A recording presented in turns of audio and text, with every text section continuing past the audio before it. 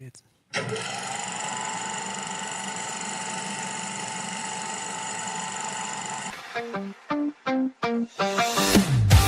up collector, here to show off stuff and chat with you.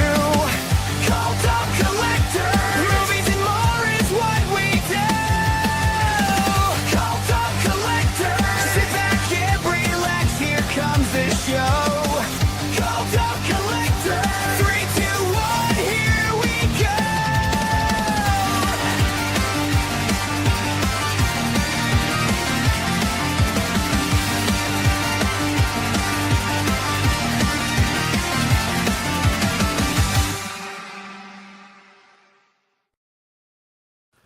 What's going on, everybody? We're so sorry for being late. There's always something going on with audio, and it's back now. It's back. Yeah, it was gone. It's back. It's gone, it's feeding back. back from you, Geno, where you're not running headphones. Yeah, I think that's what's going on. Yeah, it's like an echo. It's picking up that echo. That's what's going on. Just run it as long as you can. Okay. Oh, sorry, everybody. Thank you, everybody. We're Cult of Collectors. It's going to be me, Jody, and Lauren eventually, and we're joined today with Geno, but we'll wait and introduce him after he gets back. Yeah. Gets everything fixed. StreamYard's a pain in the butt sometimes. But any stream is going to be a pain in the butt if you're not kind of running semi, professional equipment, microphone, headphone setup generally. But the old cell phones are difficult to use. Yeah, for sure. They're not friendly with those at all. No. I'm even having problems tonight. Luckily, everybody can hear me, but I can't hear myself. So we're just gonna figure tonight out. Yeah. If I get too loud, I apologize. We'll have some fun tonight. Get back into talking. We'll talk to Geno and see what he's been up to, and what he's with his current interests and things he's working on, and we'll start out with showing kind of what we picked up this week. Have you picked up very much news?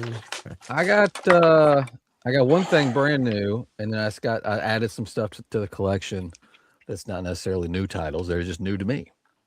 Okay. Yeah, I've got a few new things that came out this week. Then I've got just some Blu-rays that I picked up just because I didn't have the movies, and I can get on that kick and pick up some stuff that I don't have, and just on Blu-ray, at least to have it on Blu-ray. Because my big thing about Blu-ray, I'll pick a movie up whatever format except for VHS, of course. But I'll pick up any format that I can get a movie on that I don't have. But my big thing about Blu-ray, and I think this is how most collectors are, is the Blu-ray, the disc itself has so much more longevity potential, just because of this anti-scratch coating and things like that. So that's my general consensus with Blu-ray versus the DVD, is it has that coating. And I wish they'd done that with CDs, because I do not have a CD collection at all, really, just because when I was younger, I took care of DVDs when they came out because I wanted to keep them in the cases. But for some reason, my CD collection, I just would throw them when I was driving, I just throw them in the seat. Hello. We can hear you, buddy. Yeah, we can hear you. Yeah, I had a really awesome CD collection, and then This works. the day I got iTunes, I upload them all, and I got rid of like 90% of them, which is super sad. Oh, there we go. Is that better? Yeah, not getting any problems now. Sounds good. Can you hear us? Yes, I can. All right. Yeah, you're coming in clear, man. Sounds good. Well, everybody, this is Geno Cuddy. He is I don't know what to really call you, film historian.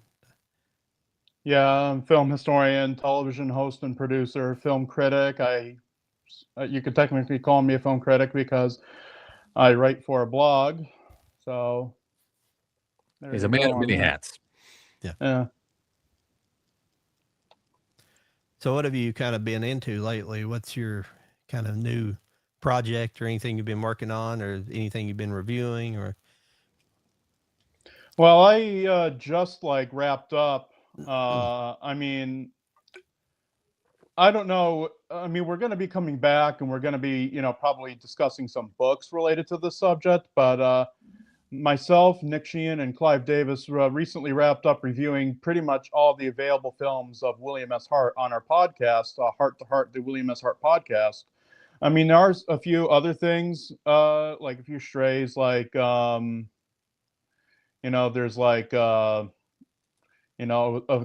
his autobiography. There's a few books that there's a few other things that he's written, and a few other like little outlier films, or whatever. But pretty much that project is just about done. And just wanted to give a little bit of a update on the ongoing restoration of his last film, Tumbleweeds, that I'm a part of, along with Eric Grayson and so a few other people are on board. We're inching a little bit closer to this thing being a reality, because we got word today from the Library of Congress that the last reel has been digitized. We're just waiting to get it from them. Nice. So and then Eric has to get the soundtrack from elsewhere, because the reel didn't have a soundtrack on it. Because see, what we're restoring, even though it's a silent film, what we're restoring is the 1939 Astor Pictures sound reissue. They had a music track and sound effects and a rather emotional introduction by William S. Hart. So we're restoring that, and the odd reel that we were missing does not have a soundtrack on it, so we need to pull that soundtrack from elsewhere, and then it all needs to be restored, cleaned up, and everything else. And there'll be some commentary tracks and probably a few other extras. I'm pulling, to hopefully draw in more of a wider physical media audience. Maybe do a SteelBook run. Maybe do, like limited edition, like mini poster, lobby card, postcard type deals. Stuff like that, limited editions and whatever. I don't know if we have the budget for all that, because I think the restoration for the film itself is going to cost well over $5,000.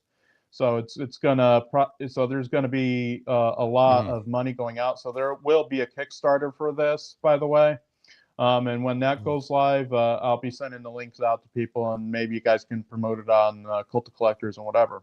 Definitely. Very nice. Yeah. I don't know if you guys want to get into recent pickups or anything. I don't know if you guys have picked up anything recently.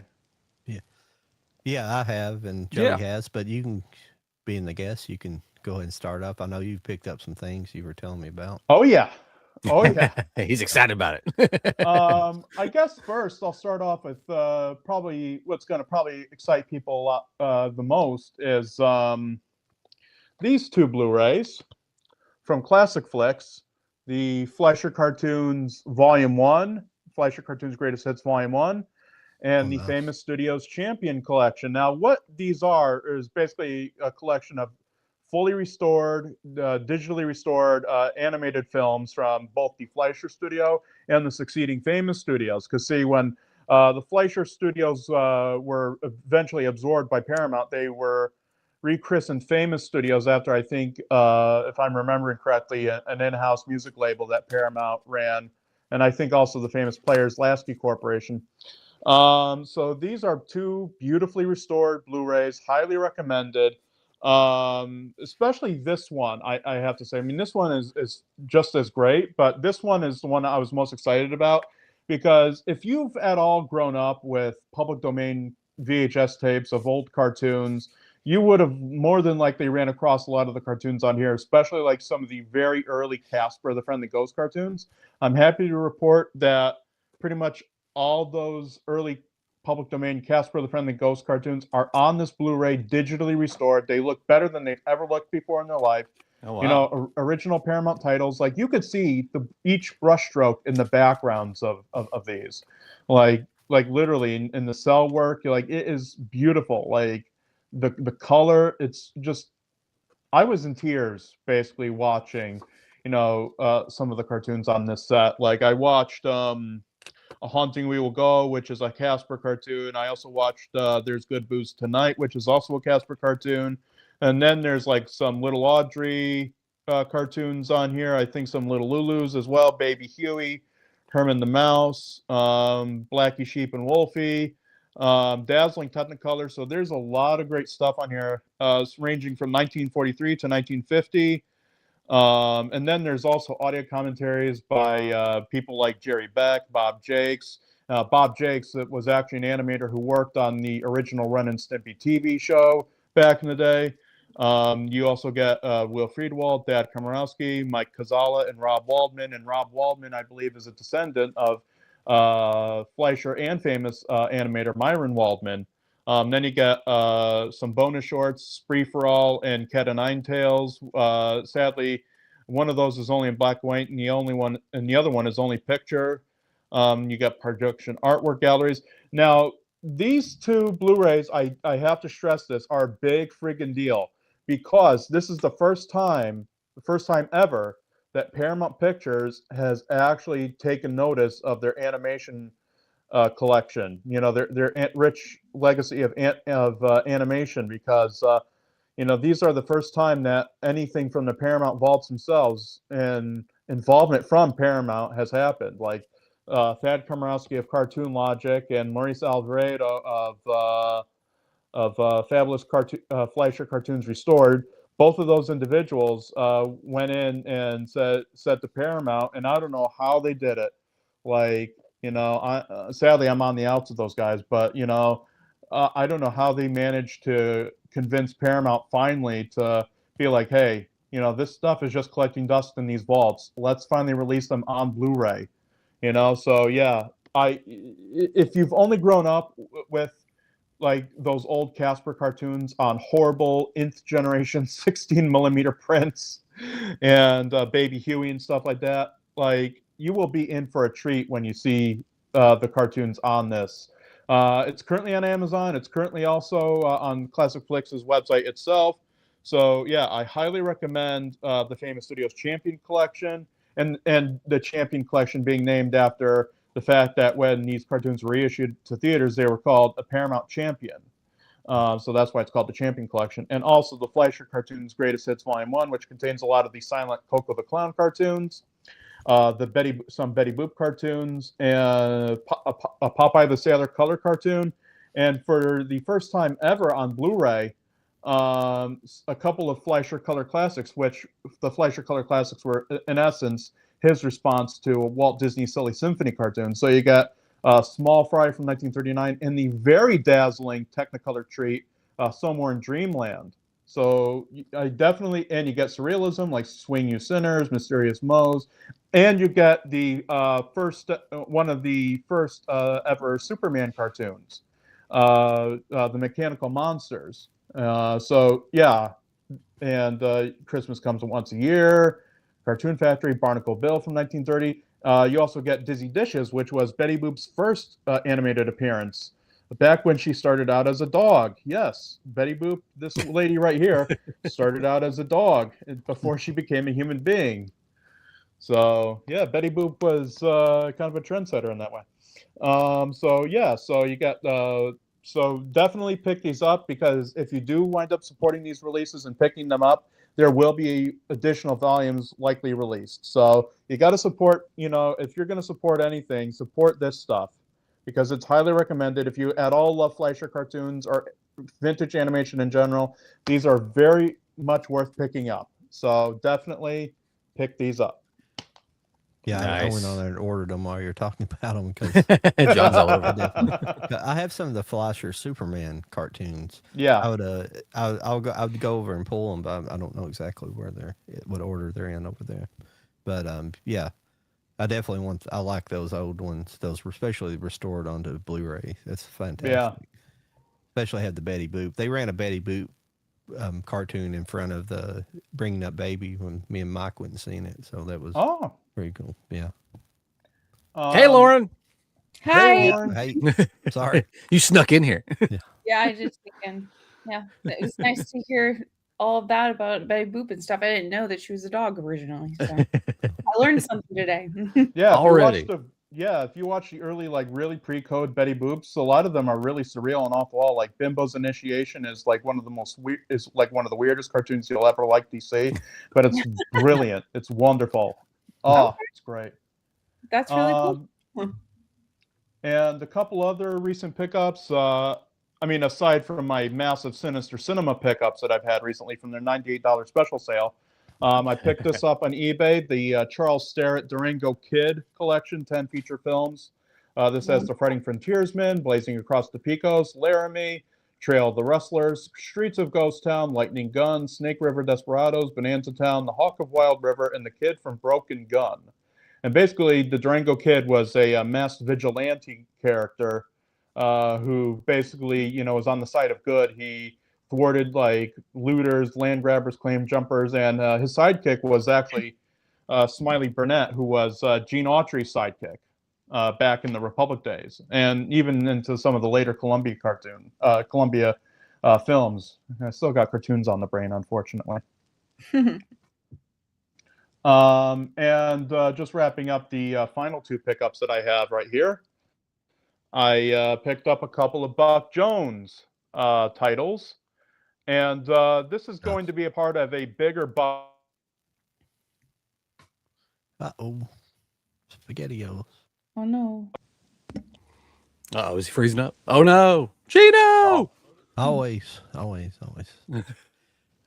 Really cool stuff, though, if you can still hear me. Yeah. Oh. Am I still here? Yeah, you're just audio, yeah. Yeah. Well, I'm not going to do here. yeah, your audio's kind of in and out What too. am I going to do? Have to leave and come back in. This thing is burning up hot too. You know what? No. Overheating. This is gonna be Well, one of those everybody, fun let's, technical shows. Well, Technical difficulties. just leave. Yeah, and come you back should have been in. here for the beginning, I'm man. gonna drop you, Geno, and then you can come back in here in a minute whenever you get everything settled. I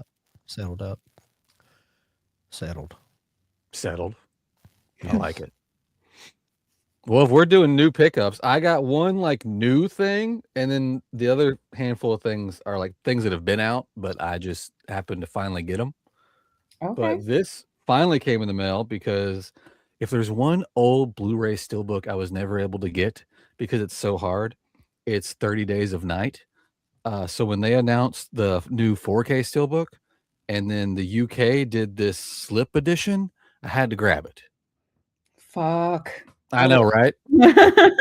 I know love that artwork. this, and it's the same that's on the steel. This just came with like a booklet. You get a booklet with it, so I like that. It's the same artwork on the steelbook itself. Oh my god! And even cooler artwork on the back. Look at that. Oh my god! I love that so much. It's so good. I haven't even checked out the inside. Hang on. Oh, there's a poster. Ooh. Hang on, let me get the disc out. There's a poster in there. That's cool. Oh, nice. Well, I mean, it's kind of cool. You get two different images. So you get Oh, okay. that one behind there, and if I can get the non-glare, so it's kind of cool. It's not like a full image, but it's two different images. So that's kind of cool. Oh, the back of the steelbook is gorgeous. Oh, the back of the steelbook is wild. That's awesome. Right? Let's see. Is this poster the cover of the steelbook? Let's see. Or is this the original? Oh no, yeah, it's the cover. So you get a poster of the cover. Nice. Oh, awesome! It's beautiful artwork. It really is. Who released that? Yeah. It's under Ion Films. That's UK, you said? Well, you can get it. I'm pretty sure the US got the steelbook, but to get it in this slip with the booklet and the poster, it was UK. Okay. I got mine through the Movie Room. I'm not sure if they still have any in stock, but that's where I got mine. Got it. And then a steelbook that came out a while back, but I didn't get it, but I found one, so I grabbed it. But it was that new Mummy steelbook. Oh yeah. Oh, cool. I thought that was minimalist, but really cool. I know, right? I really like I like that. You even get a little bit of artwork on the inside there. Ooh, Yep. Yep. And then a release that I bought the steelbook for, but didn't get the big edition, and then I acquired the big edition. So now I got the big edition of Clueless. Oh yeah. Oh, nice. Oh, it's so pretty. I know, right? It comes with the same steelbook that we got with the the dress pattern. Yeah. But it's just a cool slip, and it comes with cards and shit. As So I That's kind of thought that was cool, disappointing. right? About the steelbook part, at least, not the Yeah, I outer know. covers. The stuff it comes with, it's cool. Like I kind of wish. I mean, I don't know. They just make her look so silly on the steelbook. I don't. I love her character so much because she Yeah. does play like the title Clues, where she kind of is just like, oh, I'm just a little blonde ditz, but at the same time she turns around like and immediately and it's just like, no. Like, I All love right. how How did it Geno plays just like the drop out? duality of that kind of character. Geno Yeah. came back and he dropped out. I don't know if he froze up again. Yeah, I'm sorry, Geno, if you're having trouble. I apologize to you. I also got I got some VHS pickups. You want to see some VHS pickups? Yeah, let's go. No, No. I'm joking. That'd be great. No. Like, If there's a box that holds these, I need to find the box. But I haven't looked too hard into it, so there very well could be. But I got the entire like Superman set. Nice. oh, very cool. And they're cool this one's the only one that's just like the like original poster, but the rest of them are cool framed out images. Oh, yes, yes. I know. Yeah. And I was like, why aren't these inside of their own little box? I feel like they should be. And they might have, but the guy that was selling them only had them individually. Yeah. Aren't those like sort of especially the last two, 3 and 4? Aren't those sort of the cover art? I can't remember exactly what the cover Yeah, art was. yeah. They just kind of like Poster art, framed it excuse me. out a little bit. Yeah. It's And then kinda I know I showed off the laser disc those look last good, week. though. I know I love them. But I got the VHS for leaving the cube now. Nice. You can just watch Bless it. you. I think Thank you. Watch it in any format.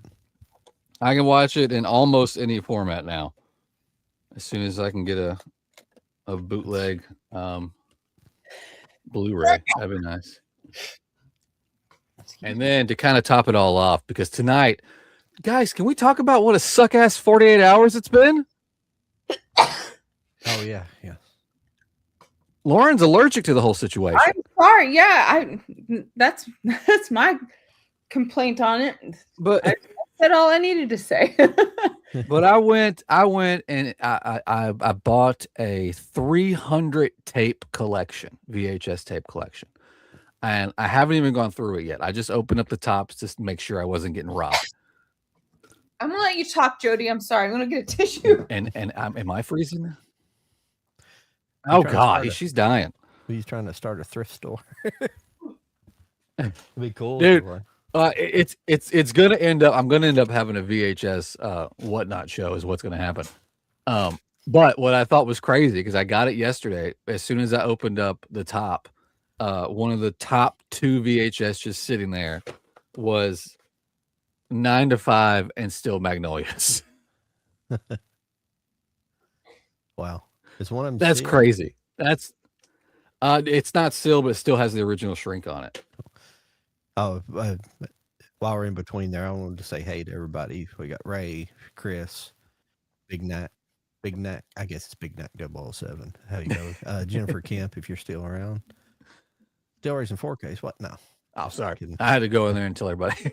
Actually, I can put that stuff, even though we don't have too much of a moving chat. But thank you guys for being here tonight. Sorry we don't have a giveaway this evening, but No, in the we should have future. some more coming. So sooner we'll definitely have something. We'll talk about it later on. But I was thinking maybe there's some like cool pop-up things, some things that incentivize people to come back, but we don't announce we're having not necessarily a movie, but maybe something movie related. Oh yeah. Maybe you guys can looking for it, but I have no idea what it's going to be. It literally, I just thought about it earlier when after we were started. I was like, man, it might be cool to have some kind of a surprise thing that you just have that maybe incentivizes people to come back and check out the show for a little bit to see what we might be giving away sometime. Hell yeah. Yeah, something like that. So everybody look out for something like that in the future. We'll figure it out. But what was I getting at too? What was I talking about? I got derailed off from what I was my train of thought there. Oh yeah, I was just saying hey to everybody, and we appreciate you guys stopping by this evening. Feel free to comment still if you have any questions and keep us entertained. Oh yeah, what I was thinking about is I haven't, and Geno brought her up early, but Stacy hadn't been here in a while. I don't know. I hope we didn't Oh run her yeah. off by not talk.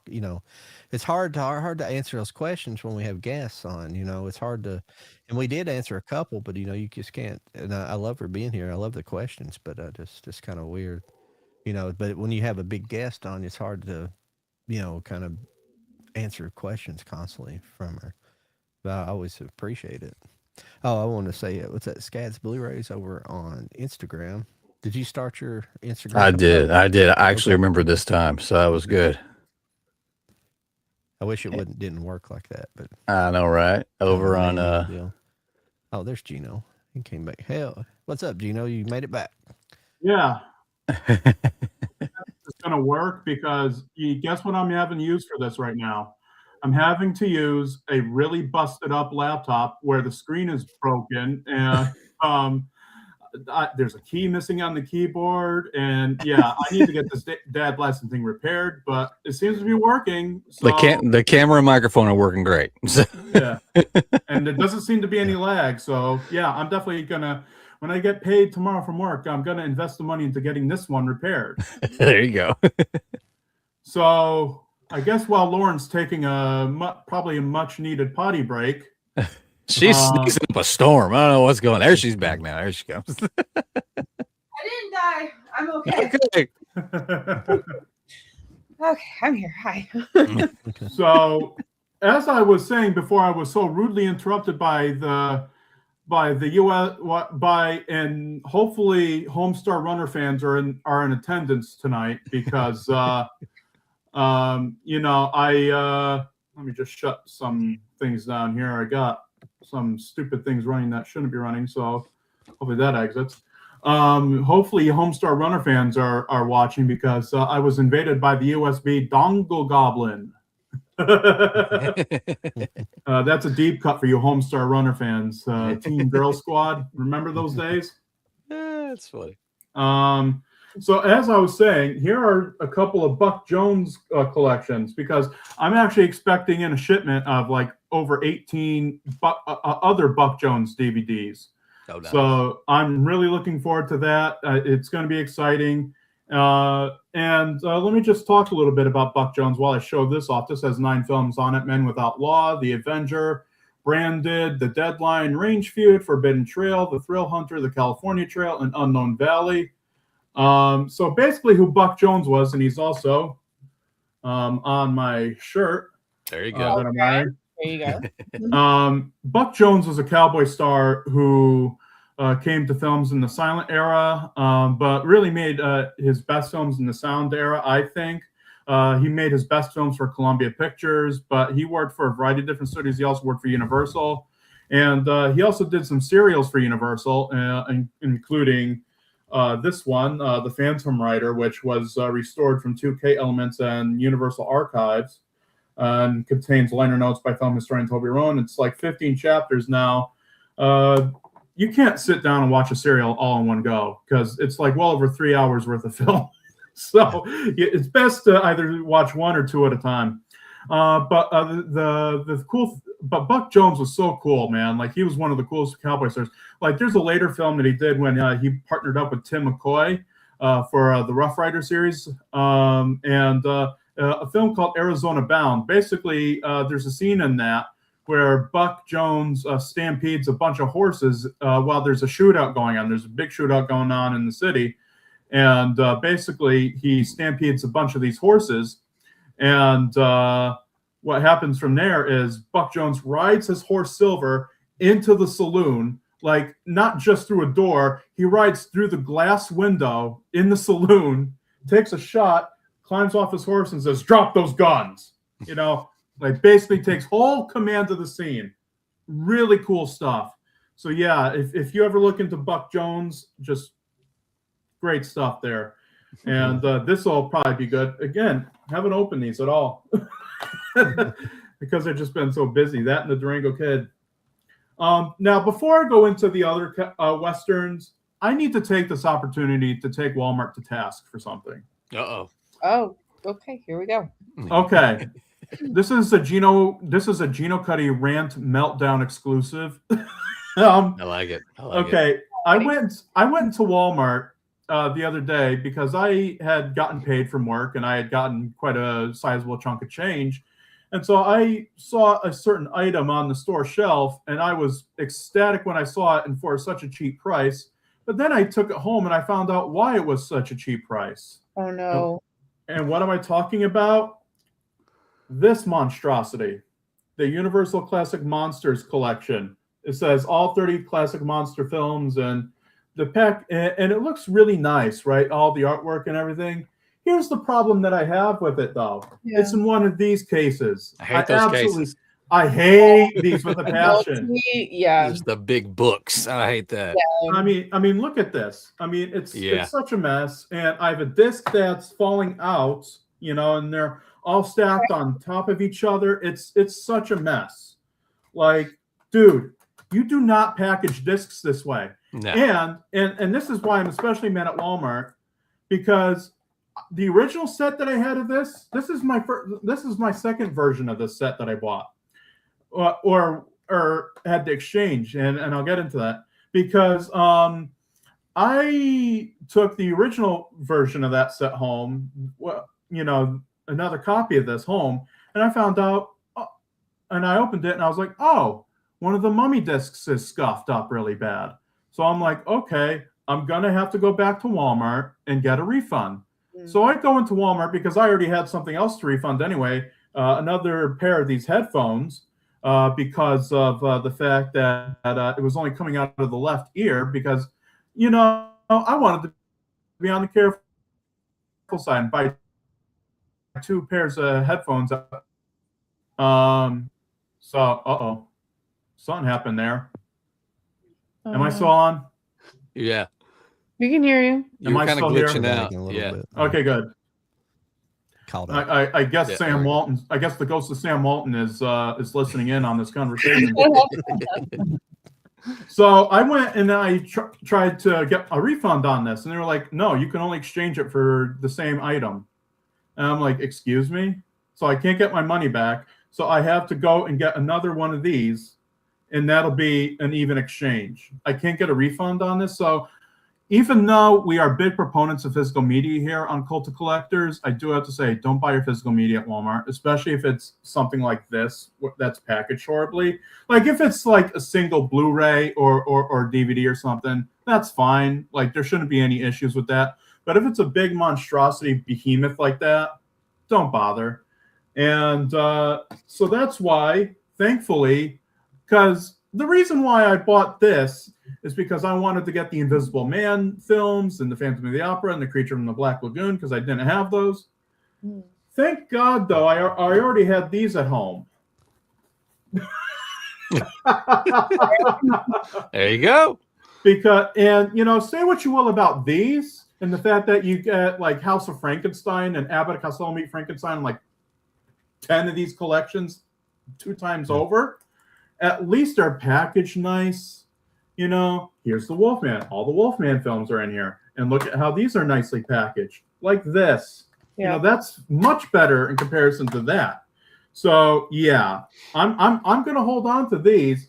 And I just unsealed this for tonight's show because I cannot in good faith sell this to somebody on eBay or anywhere else. I just can't, you know, because you know, if I were to sell this to somebody on eBay, knowing what a piece of crap it is, I would be struck down as the heathen I am.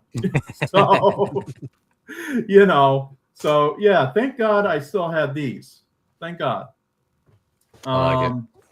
So, in addition to that problem, I don't know if anybody here remembers the old tape trading days. You know, you really wanted a movie you sent away for, you know, for somebody to tape it for you, or you would trade tapes back and forth. Yeah. I didn't really do it because we just didn't, like where I'm from, we just didn't have that kind of network. I didn't grow up around a large area, and I just didn't, like all my friends, we didn't do that. You know, I don't know why. I just missed out on like a lot of things because that's how that's what drove anime up. That's what got people was able to see anime in the 80s were those kind of underground tape trading groups, you know. Well, I guess the successor to that would be DVD trading, and that's what I've done. There's a nice guy on Facebook named Bill Miller, and he has like a whole bunch of westerns, like a whole bunch of the B westerns and silent westerns that I love. And so I traded him a bunch of Sunset Carson films and some episodes of Sunset Carson's TV show and a few silent westerns. And the man is so generous. He's like Santa Claus. You know what I mean? Look at this stack of, these are all separate movies. Well, some of them have like a bunch of different movies on them. Look at this stack he sent me of DVDs.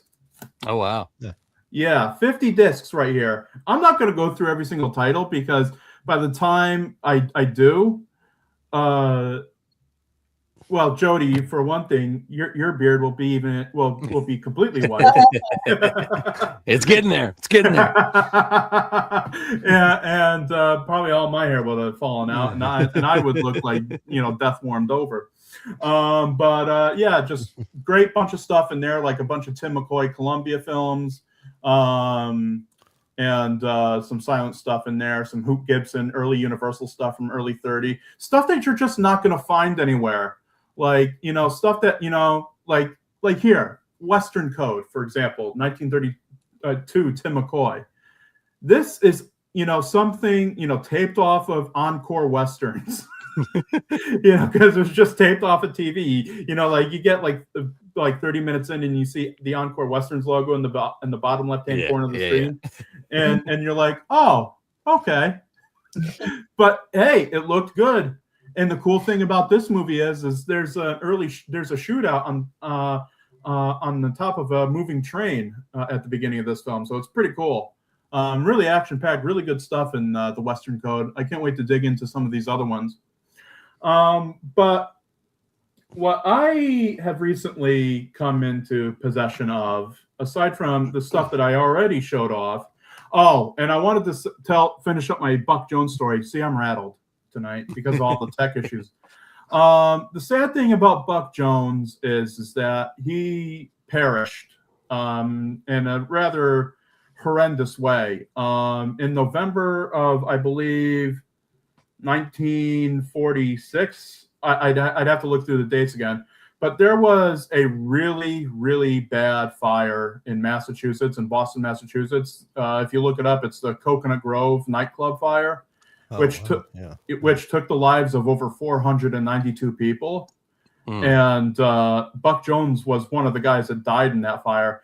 And the cool thing, and this will tell you about the legend of Buck Jones. For years and years and years, it was thought that Buck Jones actually left the building and ran back in to save people. But unfortunately, the real story is a lot more grim and sad, in which he was just as much a victim as everybody else. But yeah, Buck Jones, one of the best cowboy stars of all time, you know, sadly perished in a rather deadly Coconut Grove nightclub fire. But great stuff that he did. But the main crux of my collection that I wanted to show off tonight was there's this company in the Medford, Oregon area named Sinister Cinema, and it's run by a gentleman by the name of Greg Luce.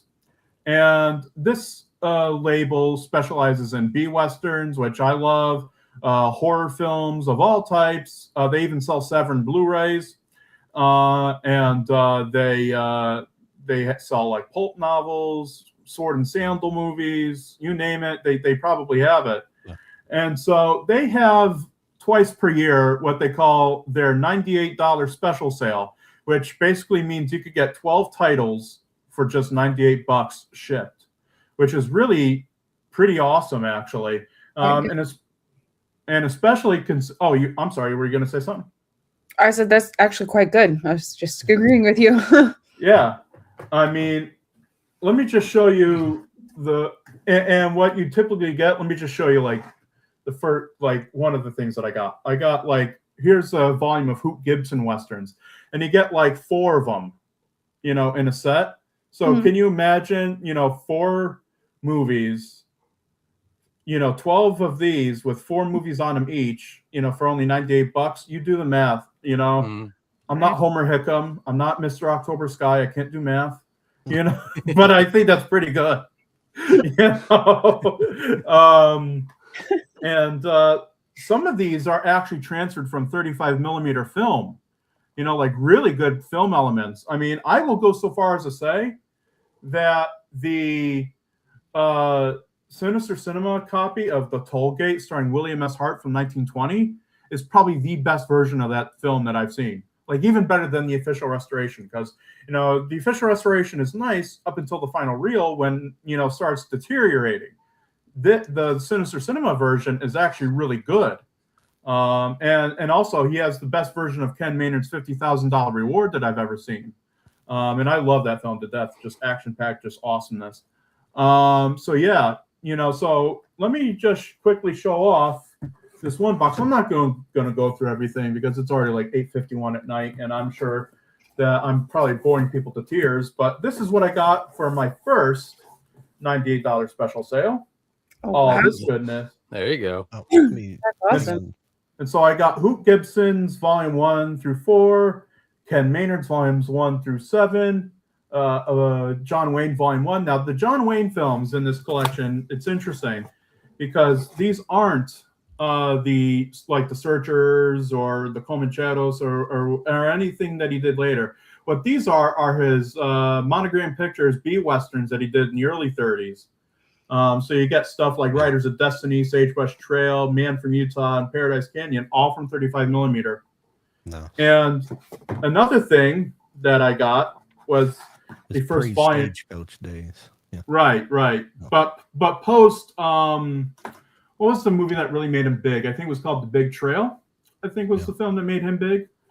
And then I got a collection of Bill Cody westerns. Now, who's Bill Cody? Well, he was a minor league cowboy star who made silent films, but he also ventured into sound films. He actually holds the distinction of being in probably the worst B western of all time. Although now, having seen a lot of these, I could pretty much contest that. A film called The Border Menace from 1934, directed by Jack Nelson and written by the legendary, although not for the right reasons, Robert J. Horner.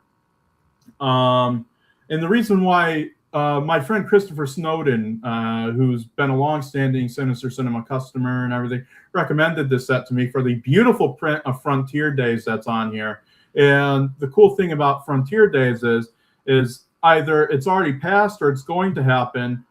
There's going to be a screening of this particular restoration that's on this set.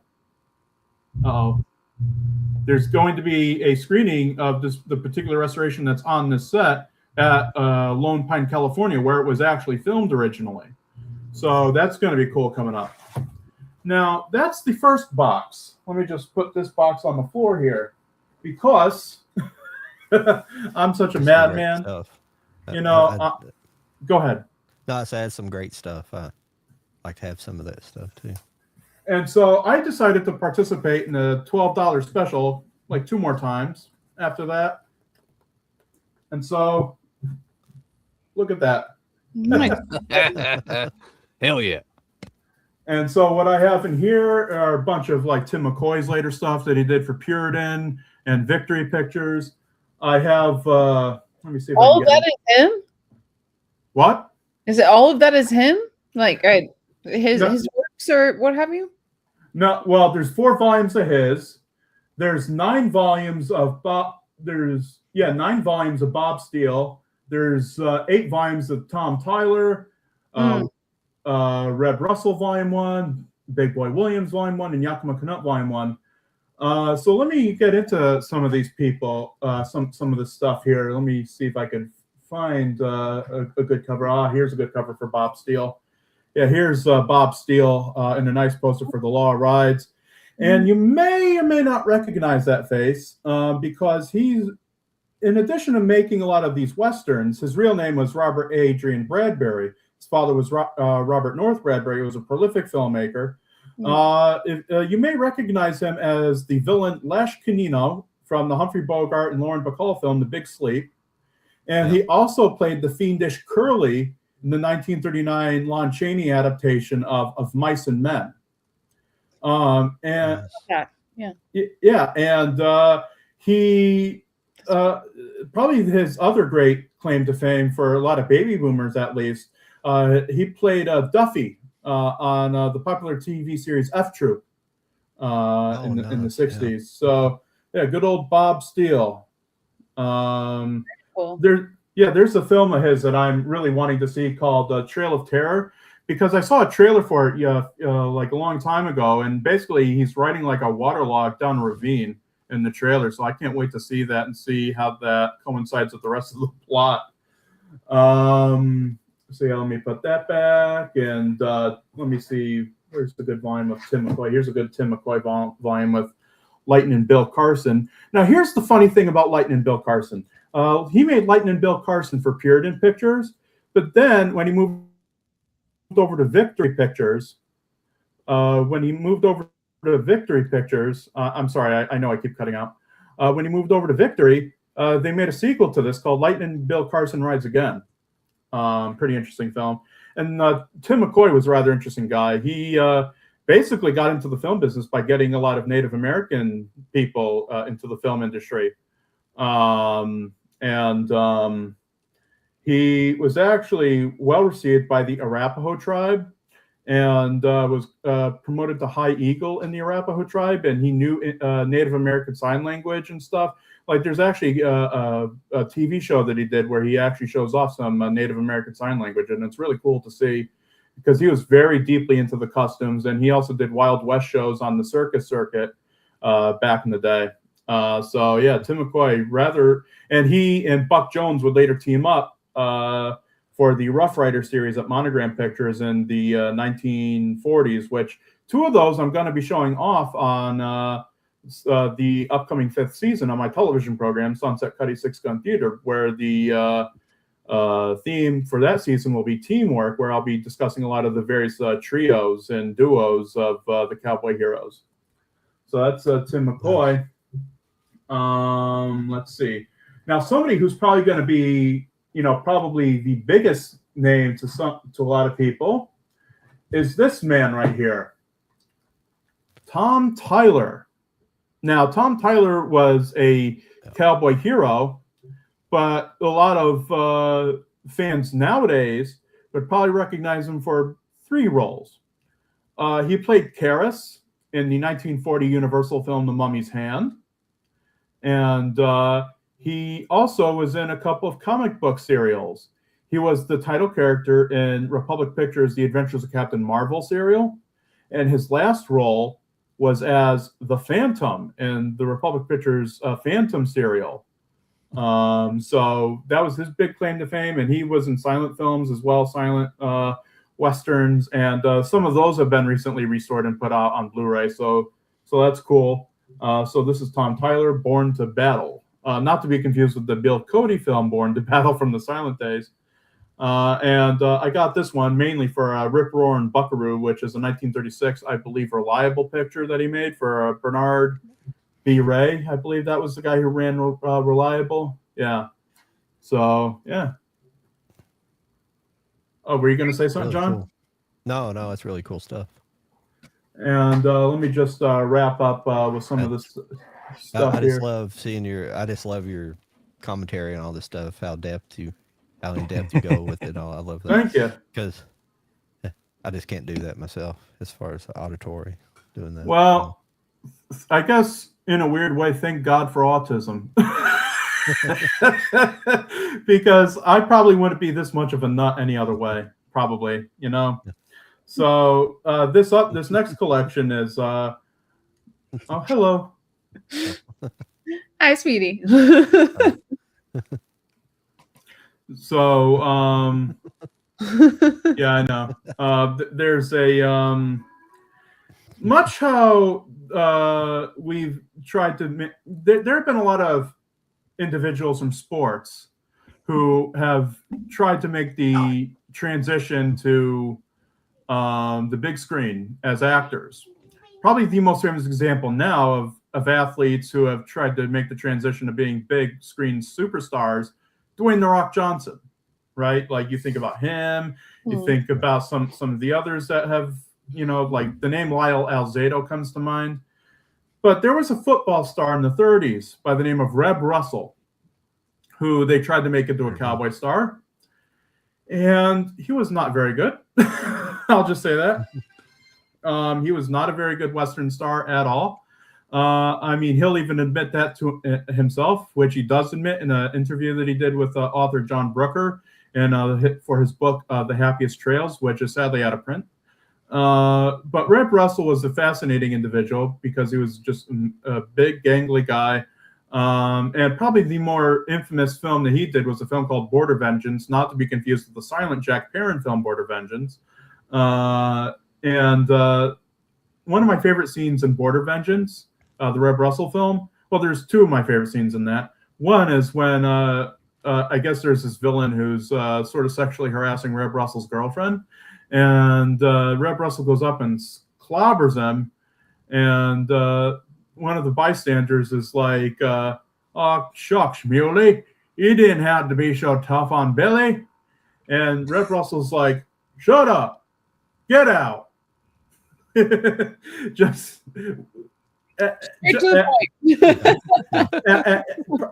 he's as wooden as the table I'm sitting at right now. He's as wooden as the lumber that I interact with at work.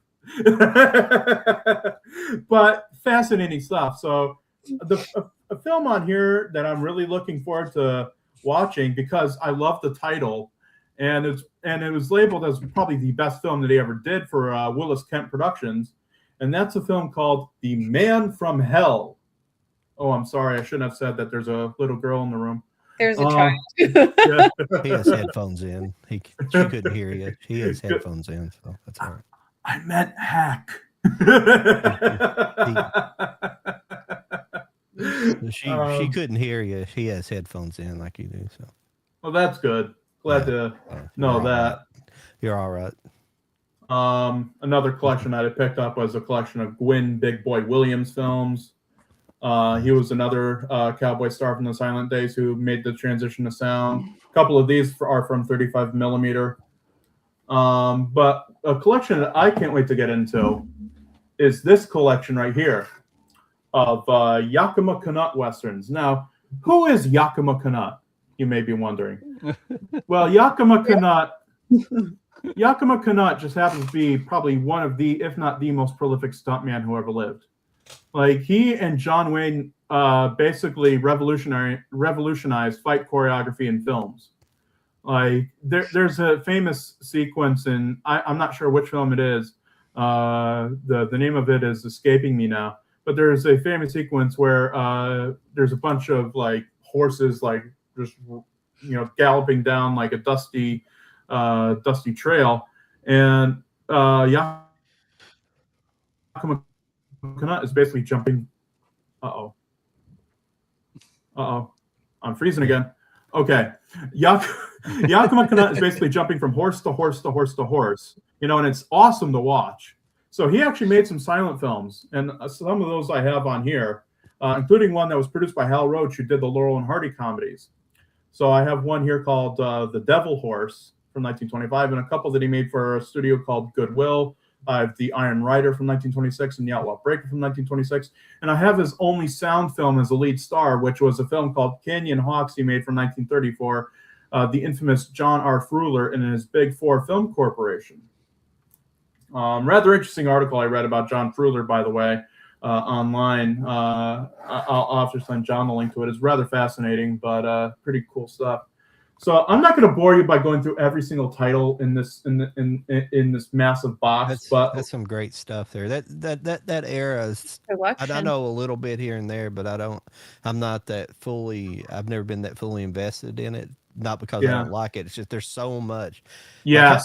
Like, how many B westerns did John Wayne make? He made like 200 or 300 before he even got famous, didn't he? Or is that his total movie? I can't remember, but he made like a couple hundred B's before he even got famous, before he even made something like that, crazy like that. It's like, you know what I compare the B westerns to? Yeah. And this is probably not the most appropriate comparison, but I compare them to, like, how many of you are familiar with the films of Godfrey Ho? I'm not really with him. Okay, now that's an interesting guy. Godfrey Ho was basically this martial arts filmmaker who, in the 70s and 80s, and I think even some into the 90s, he would basically take other movies and chop them to ribbons, and would just film new sequences of ninjas, fighting it out. Like there's a giant snake movie called The Magic Snake from, I think, the Philippines or something, and he later cut it into a film with ninjas called Thunder of Gigantic Serpent. And so he would overdub them and try to make them into like see, Pierre Kirby is in the same movie as this Filipino dude. You know what I mean? It's really fascinating when you watch it. Like some of the movies from that era, there's a rather infamous film that like Richard Harrison made where I think he's trying to go after a guy by the name of the Golden Ninja Warrior, and tough, brawny Richard Harrison is talking to the main villain on a fucking Garfield phone. It's like the most insane thing. Like somebody actually took that scene and like remixed it and put the Thomas the Tank Engine theme song behind it, and it works. It's hilarious. So anyway, what I was really getting to was Godfrey Ho basically in the year 1989 alone made like 10,000 movies just by doing the cut and paste, like the whole thing. And so that's why I compared to the B Westerns, because there's like so many of them. Like there's probably well over a quarter of, if not over a million B Westerns that have ever been made. And a lot of them are lost. Some of them, are in collections like this through Sinister Cinema. Some of them you'll find in Mill Creek collections. Like just 1,000 upon thousands upon thousands of these things. And Greg Luce of Sinister Cinema alone has quite the wealth of them. And the thing is he runs that $98 special sale about twice a year. And that's a good chance to swoop in and get a lot of his stuff because he's getting up there now. I mean, he started out, I think, in the 80s in the VHS era, distributing movies on VHS and stuff. And then he's like 73 or something odd now. I'm not exactly sure on his age, but he's up there. And, there have been talks of him retiring, and I hope to God he doesn't retire for quite a long time because I want to keep getting more and more of this stuff and really and load up a shelf full of it because it's just like awesome stuff. And again, he doesn't just, do like B Westerns. He does like, you could get like Bela Lugosi movies from him. You can get like Sword and Sandal movies from him. He sells Severin Blu-rays, as I stated before. He sells some martial arts films, some Sword and Sandal flicks, like some exploitation stuff, like basically anything and everything. He probably has it. So just awesome guy. SinisterCinema.com. Just visit his site. Let me actually just show you the back of. So here's the contact information for Sinister Cinema. Sorry if it's backwards on my end, but. No, there's the contact information for Sinister Cinema. Just great stuff. And happy to say that in this most recent shipment, Greg sent me a coupon. So I'll likely be going back for more. Yeah. So I got a question for you. Yeah. Something I have not really explored, and I don't know if you know an answer for it. Why did Hollywood dive so deep into Westerns? I mean, I kind of have a partial answer for that, but you might know the exact answer. But mine would be kind of it just where we came out of the kind of Wild West era in reality, and it was such a close proximity in time, maybe. But what was the fascination by just pumping them out like they did? Because there's never been a genre really explored that heavily. Well, I think. My friend, the late great Ralph Celentano, put it best because I was talking to him about the B Westerns, and I was like, man, this was like the most, at least the B Westerns, the most disposable genre out there, like, thousands upon thousands upon thousands of these things. And he was like, oh God, all you have to do is go outside and film it. And I think that's pretty much why, like, you could, like, back in the day, like, especially in the silent era, the 30s, and even into the 40s, the world wasn't as populated as it is now. Like you could basically film a dozen outdoor pictures and build like a little rinky-dink Western town and basically have your own like Western epic right there. Like I think that's why there was such an you would even probably go so far as to say an oversaturation of them because they were just so easy to make. You know, like anybody could go out there and make a Western. It's a lot harder to, do a horror film with special effects and proper makeup and things like that. Like that's a little bit more challenging, as our female counterpart would probably attest to. Well, Tom Savini's just don't grow on trees. You know what I mean? I mean, that's just the truth. Well, since you called me out, I completely understand what you're talking about. Like, we're talking about like Western movies versus horror stuff, like the practical effects and stuff, like that takes time, effort, all that kind of stuff. Where what you were saying is you essentially just gotta go find like a tumbleweed in the middle of nothing and just have two horses. So I can appreciate that. Yeah, I mean, very minimalist, and that's why I like them. I mean, especially a lot of the B Westerns from like the lower grade Poverty Row studios. And there were just so many studios. And the reason why it's called Poverty Row is because there was like just one massive strip on Gower Street in California in Los Angeles, comprised of a lot of independent studios that just specialized in lower budgeted movies. Like one of my favorite movies from a Poverty Row studio, one of my favorite B Westerns, is a film called Wild Horse Phantom from 1944. It stars Buster Crabbe, who is probably more famous for playing Tarzan and Flash Gordon and Buck Rogers and a lot of serials. Well, he was in some Westerns as Billy the Kid, which they later had to change to Billy Carson because moms complained, hey, why are you glorifying a natural-born killer on screen? So they changed it to Billy Carson. And for this film, Wild Horse Phantom, Buster Crabbe and his sidekick, Fuzzy Q. Jones, played by the wonderful silent film comedian Al St. John, they explore an abandoned mine, and Al St. John is continuously terrorized in the film by a gigantic bat that keeps following him around. Well, that gigantic bat is the same bat that Bela Lugosi used to sick on people in his famous film The Devil Bat from 1940. So it's like PRC-ception in that film because that was made by Producers Releasing Corporation, PRC. Devil Bat was a PRC film. Wild Horse Phantom was a PRC film. So basically, you have PRC-ception, in that film, and it's great. And Devil Bat, by the way, if nobody's ever seen it, you got to go out and watch it. Joe Dante's talked about it on Trailers from Hell, I think, and just this awesome film, basically where Bela Lugosi wants to get his revenge on this family and a bunch of people. So what he does is he comes up with an aftershave that when you put it on, attracts the bat and makes the bat attack you. Just, it's awesome. Intrigued.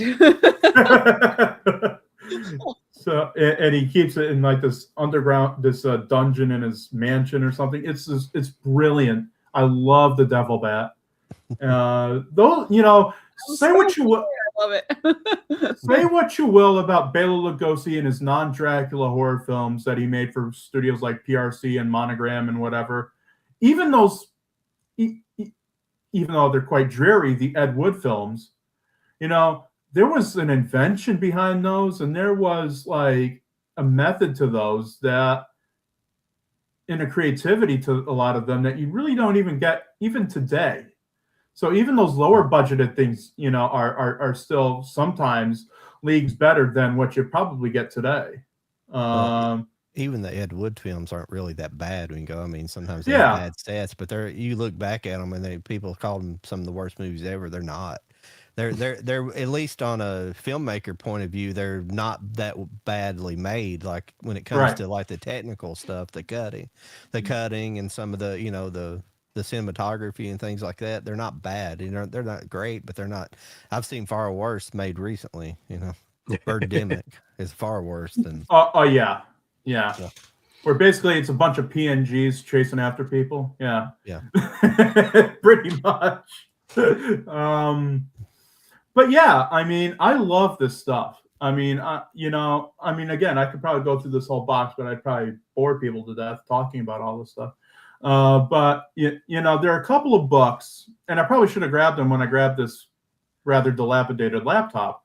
There's a couple of books, like there's one called The Happiest Trails by John Brooker, which collects a bunch of interviews that the author did with various cowboy stars in the 1970s and 60s and such, and remembrances. Like he interviews like guys like Tim Holt And Red Russell's actually interviewed in that, Ken Maynard, a bunch of people. And it's a wonderful book. Another book that is highly recommended, and sadly, both of these books are sadly out of print now. There's a book called Don Miller's Hollywood Corral, which basically talks all about these B-Westerns and basically gives like some recommendations of some films that you should probably see. And that's how I wound up scouring. Like, I'm actually going to be doing a show coming up here soon with my friends Nick and Clive from the William S. Hart podcast that we do. And there's a couple of films because Nick and Clive, they wanted to know, what Western showed Native Americans in a sympathetic light. So, pardon me, while I was reading through Hollywood Corral, I saw a film called The End of the Trail, which is a Tim McCoy film where basically Tim McCoy is running guns to the Arapaho tribe. And it's a rather sympathetic portrayal of the Native Americans in that film. And then there's, of course, the 1932 Buck Jones film, White Eagle. And then there's a later serial that Buck Jones did, which is a remake of that feature film called White Eagle as well. So we're going to be reviewing those, which are going to be pretty fascinating. But yeah, I mean, honestly, a lot of people, there's a misconception with Westerns. I mean, I guess a lot of A-Westerns contain a lot of this, I mean, I'm not an expert on A-Westerns. Like, don't ask me about The Searchers. Don't ask me about Good, the Bad, the Ugly. But ask me about Hoot Gibson and The Hard Hombre from 1931. I can tell you everything about it. I'm that one nut job. You know what I mean? I've lost my thread. Where was I? Oh my God. I hope this is the early onslaught of some mental disease. Anyway, so yeah, these things are just fascinating. The more you get into them, and a lot of the B-Westerns, this is where I was going with it. A lot of the B-Westerns, the villains in those aren't really Native Americans a lot of the time. A lot of the time, they're either corrupt sheriffs, cattle rustlers. I can't tell you how many B-Westerns I've seen where the theme is cattle rustling, or stampedes or whatever. Like, basically B-Westerns, there's like basically 3 plots that you get in B-Westerns and very little variation, but I just love these things. I devour them like Godzilla devours Tokyo. Like, they're just brilliant. Except there's like one outlier, which is weird.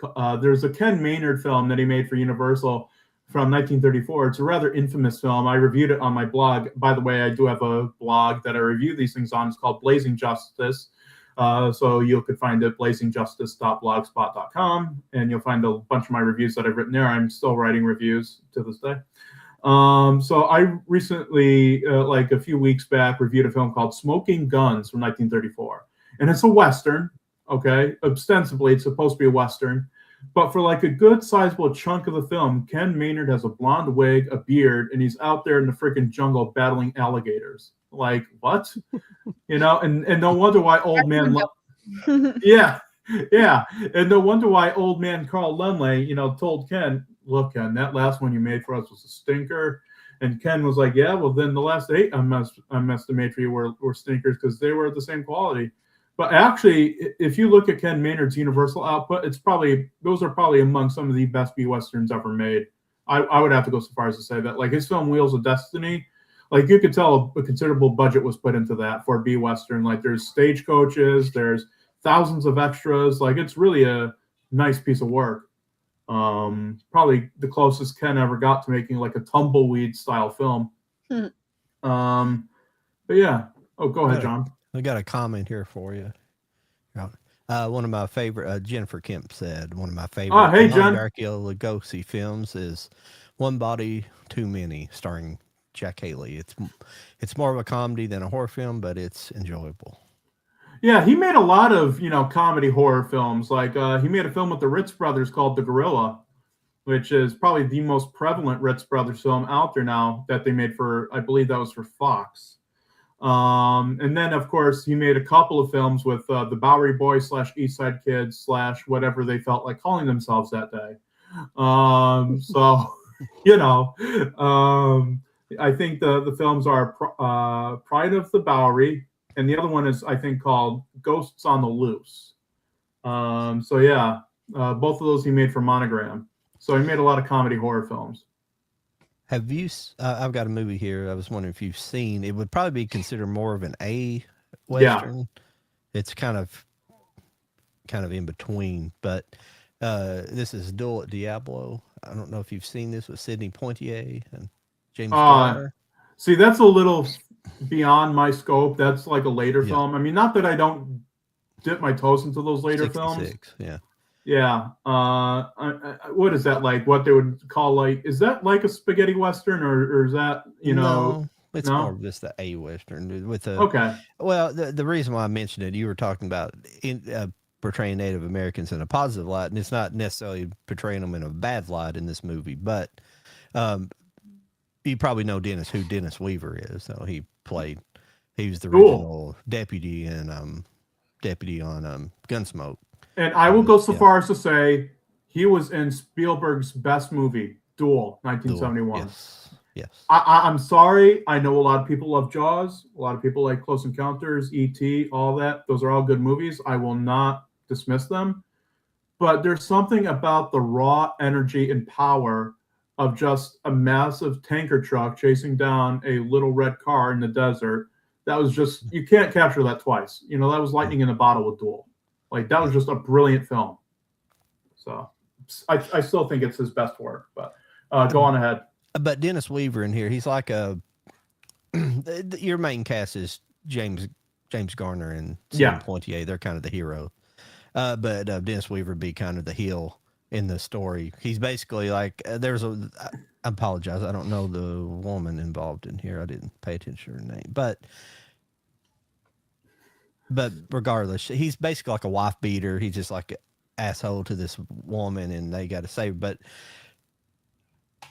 so at the very end of the movie, there's a big fight out against the Cowboys versus the Indians. So just put it like that. But Dennis Weaver, he gets captured. Yeah, I think you may have even mentioned this. I think the last time. Yeah, I've probably talked about it multiple times. Yeah, it's like one of the most gruesome off-screen. Yeah, I remember you saying. Because they essentially, the Indians tie him to it's basically like an overturned wagon, and the wheels hanging, it's set in about a 45-degree angle, at an angle, and they tie him to it, and they point him head down to the ground, and they light a fire under his head and burn him from head up. Yeah. And they find him at the end. You just basically get a base. You don't really see him too much, but he's it happens like basically off screen. Yeah. That's one of the most gruesome off screen deaths I've ever seen in this. Oh, I forgot I had these over here. Well, what's up, Stacy? How you doing? We were talking about you earlier. You must have heard us. Wonder where you've been at. We were hoping we didn't run you off. I don't mean to interrupt. Everybody keep doing what you're doing, but I have at least 3 that I wanted to talk on that I think would be good for including in the conversation. So not trying to shoehorn, Absolutely. But no, please go ahead. Yeah. Okay. Go on ahead. You're good. But we can like layer it out. It's just 3. But yeah, we could do a Shrek type deal. Yeah, ogres are like onions. Yeah. Sounds good. Okay. So one of my favorite movies that I obviously was out. I just didn't watch it in theaters, but then I finally found it, and I've been obsessed with it for the last couple of years. Is Django Unchained. Mm-hmm. Oh, I thought you were going to say Five Goes West. Oh no, Love it. But no, I loved because quick backstory, my dad loves westerns, so he's of your vibe where he likes the older like black and white and like the OG kind of westerns and stuff, and I never really grabbed onto it when I was younger, but then as I got older I found like some of these more modern like western kind of stories very intriguing, and I just really loved Django Unchained. I loved the dark humor, like the exploration of the characters and just everything. I could go on forever about it. I'll shut up already, but but yeah, it's one of my absolute favorites. So what was that? That was 2012. So That was the Tarantino joint, right? Yeah. yeah, and the next one is another Tarantino. It's a Hateful Eight. Ah, yeah. Yeah. I loved all of the cast and the performances and just like the intertwining of everything and the mystery of it all. Like I just thought that was really good. I don't know. I think for me, the like just two cowboys on the other side going pew pew like on its own. I need a backstory. Like, what are you fighting for? So when I get that, I think that that's really great, and I'm sure that you could probably recommend me a couple. So, Yes, then, as a matter of fact, there is one that I'd like to recommend, but go on ahead. oh, okay. The last one was not. Would you call this a Western? It says so on IMDb. Bone Tomahawk. Oh yeah. Yeah. You guys seen that one? That one's that's a movie. That is a movie. And I've watched it the once and it is burned within my brain. Yeah, it'll do that. It'll do that for sure. It will, but it is really good and I like the characters and the way that it was done. But whoo, that scene that we all are thinking about, my goodness. Please tell me, okay, I hope some Blu-ray company out there is watching this because I hope that they take like Jody's blurb review of that movie and put it on the Blu-ray. Yeah, put it on the back. It's a movie. It's a movie. That I saw. You gotta have my facial expression though. Like it's a movie. That's no, I love that reaction though because I do that all the time. We're like all horror movies are just like I loved it because it was effective. I always say that because it was effective. Like, yeah. Did you like it? I'm like, it was a film. Yes. And it was very effective. It did its job. And I am traumatized forever. And So. I would like us to stop talking about it. Okay. Don't know why we're still talking about it. Exactly. But those are mine for like the Western vibe. You clearly have so many more, but those are my top favorites. You know that Django was spaghetti westerns first, don't you? Yeah, Franco Nero. Yeah. There he is. Yeah. There he is. Okay. Yeah, he's the guy that shows up in the scene in the bar scene where you're introduced to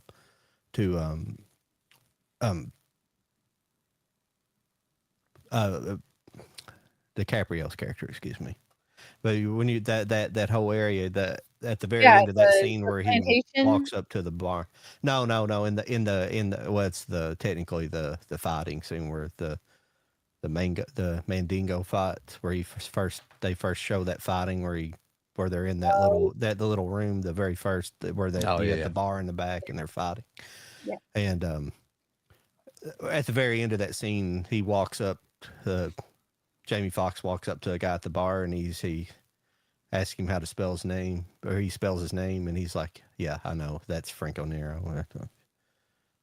In that scene. That's the original Django. That's the little tie. Very nice. Very nice. I remember Arrow got a hold of those original Django, and they were doing a steelbook and a limited edition.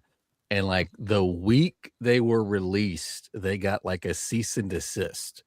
I forget why. It was something to do with the rights, and mine made it out, and I kept it sealed and in the plastic. But then like frame it. Yeah, well, I say that, but then like less than a year later, they got it all situated and they released everything. But I think they had to fix something. I would have known this years ago when it happened, but there was something that it was that and a steelbook. That's cool. And so they finally were able to release it, but I think they had to change or fix something either in the film or maybe it was just part of like the goodies. Was the whole cease and desist thing? I would hope it wouldn't be the actual film because that I hope that wouldn't be like some sort of like censorship like French Connection. No. It was it. I forget what it was, but I remember I remember getting mine in the mail like the day I hear this news, and I was like, "Oh shit, mine made it out before they had to like cancel everything." But so yeah, I've still got the Steelbook sealed, and then I got the edition that John just showed later when they were actually like put it out finally. I think it's just a Blu-ray edition. They probably re-released it on 4K since then. They might have done that too, but yeah, I've got the Blu-ray. Yeah, So a Western that I'd like to recommend, actually two, to Lauren. One is an A Western. It's a silent film, but it's an A Western. And the other one is a B Western. The A Western that I'd like to recommend is a film called Hell's Hinges from 1916. It stars William S. Hart, and you're asking basically for a Western that doesn't have just a bunch of pew pew going on. Well, basically, the plot of that film is there's this pastor who's not really great at his job. He is quite easily to succumb to temptation, and he ultimately does in the film. And so he's sent out west to a sin-ridden, sin-drenched town called Placer Center, but known far and wide as Hell's Hinges, because it's just full of sin. There's no law, there's no order. And he's sent out there to start up a church. And William S. Hart plays Blaze Tracy, basically an outlaw, renegade, who is one of the main baddies in the town. And he and his friend Silk Miller, who runs the saloon, basically conspired to do away with this pastor and his ilk. But then William S. Hart meets the beautiful sister of the pastor, and his heart changes, his heart drops, and he converts over to Christianity. And he, throughout the film, he's defending, the sister and the churchgoers against, the sinful behavior of some of the other townsfolk, including Dolly, played by Louise Glaum, who was basically like what they would term back in the day a vamp, like a Theda Bara type. Mm-hmm. And so the film ends with the pastor getting shot, the townsfolk burning the church to the ground. And so an eye for an eye, a tooth for a tooth, Old Testament. William S. Hart goes into the saloon, all guns blazing, shoots a bunch of gaslights, and burns the entire freaking city to the ground. Jeez. Okay. 1916, this came out, keep in mind. That's crazy. That's really good description. I am intrigued now. And the other film that I would like to recommend is a Western, a B Western, that has some horror elements in it. And it's a film called Tombstone Canyon from 1932. It's a Worldwide Pictures film starring Ken Maynard. And basically, Ken heads into a town to see an old friend of his, but then he winds up going into town and discovering his old friend is dead, was murdered, actually. And so there's this rather ominous phantom killer who, does this throughout the course of the film and keeps his face obscured. And, he's basically haunting, the townsfolk and shooting them off one by one. And, people, know that he's coming because they could hear like a loud coyote type yowl. And it's rather, and I don't know if you want me to spoil it for you, the ending of it, because it's a rather cool twist at the end of it. You can say there's a cool twist. Let's leave it there. Yeah, there's a pretty cool twist. The twist that I'll say, just think of Star Wars, and that's the twist. Okay. Oh shit. All right. I'm excited now. All right. Very cool. Hey, Stacy has a question here. Said this is probably a good one for you, especially a favorite Western saloon keeper character. Like, are you talking about someone that would basically run the saloon and whatever? Either that or a bartender, something like that, I would say. Yeah. Well, there aren't any particular ones in the B Westerns that I could, name, but one that's really good and one that comes to mind immediately. It's not in a movie, but it's in a TV show. Glenn Strange as the bartender in Gunsmoke. I could probably name drop that. And can I just say, Glenn Strange, I mean, yes, he was the Frankenstein's monster in a bunch of those Universal films. great in them as that character. But he was so much more than that. You know, he was a great Western actor as well. And I just wish that when people were to remember people like Tom Tyler, like Glenn Strange, and a bunch of these other people, that they would remember their Western work as well, because it's rather rich too. So it's well worth looking into. Minor side tangent there, and I apologize. But go on ahead. That's all she's got. She asked something about have you seen Bad Girls, but I don't. I looked it up, and it was like a British TV show, so I don't know. No, I think he's talking about the Mary Stuart Masterson film. Yeah, yeah. Okay. I like figured it was a movie as well, but so it's basically that's a Western from the 90s. But the thing is, people, you know, I'm very specific when it comes to my Westerns. I only like silent Westerns and the B Westerns in the 30s, 40s, and 50s. Like, I very seldom go out of that realm when it comes to Westerns. I mean, maybe occasionally I'll sit down, maybe watch a spaghetti Western. But I remember that now. No. But yeah, sometimes I go outside of that realm. Like, there was a film that was on one of those old Mill Creek sets. Oh yeah. There was a film on one of those old Mill Creek sets. There's 44 movie collection of spaghetti westerns that I watched that I rather liked. It had Gianni Garco in it, and I love the title. The reason why I watched it was for the title, and it had Klaus Kinski in it. And the title of the movie is, and this is a typical, like, stereotypical B Western spaghetti Western title: "If you meet Sartana, pray for your death." That was a good impression. I like it. May I ask you a question? So you're obviously a big Western guy. Yeah. Do you have any other genres that are in, like, your top 3 or 5? Like, what else would you go to if you are just not feeling a Western that day? You know, probably maybe animation. I don't know if animation is a genre unto itself. That next question: Disney, like Pixar kind of thing, or are we talking anime or something like that? Well, truth be told, and I'll probably offend John by saying this, but I'm not really the biggest anime fan in the world. Honestly, the only anime that I ever really loved was the original 60s Gigantor, when it would come on at like 5 a.m. in the morning on Adult Swim. Yeah, you know? And I was intrigued by that show, the anime, because of I had always loved the Iron Giant as a kid, the Brad Bird film. And and you know, the whole plot of that is basically a boy and his giant robot, right?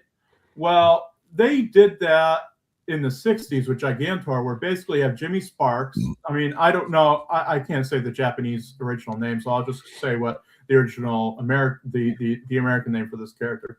Jimmy Sparks basically controls this massive robot named Gigantor, and or in the Japanese, Tetsuji Nijahachi Go. Okay, I feel it.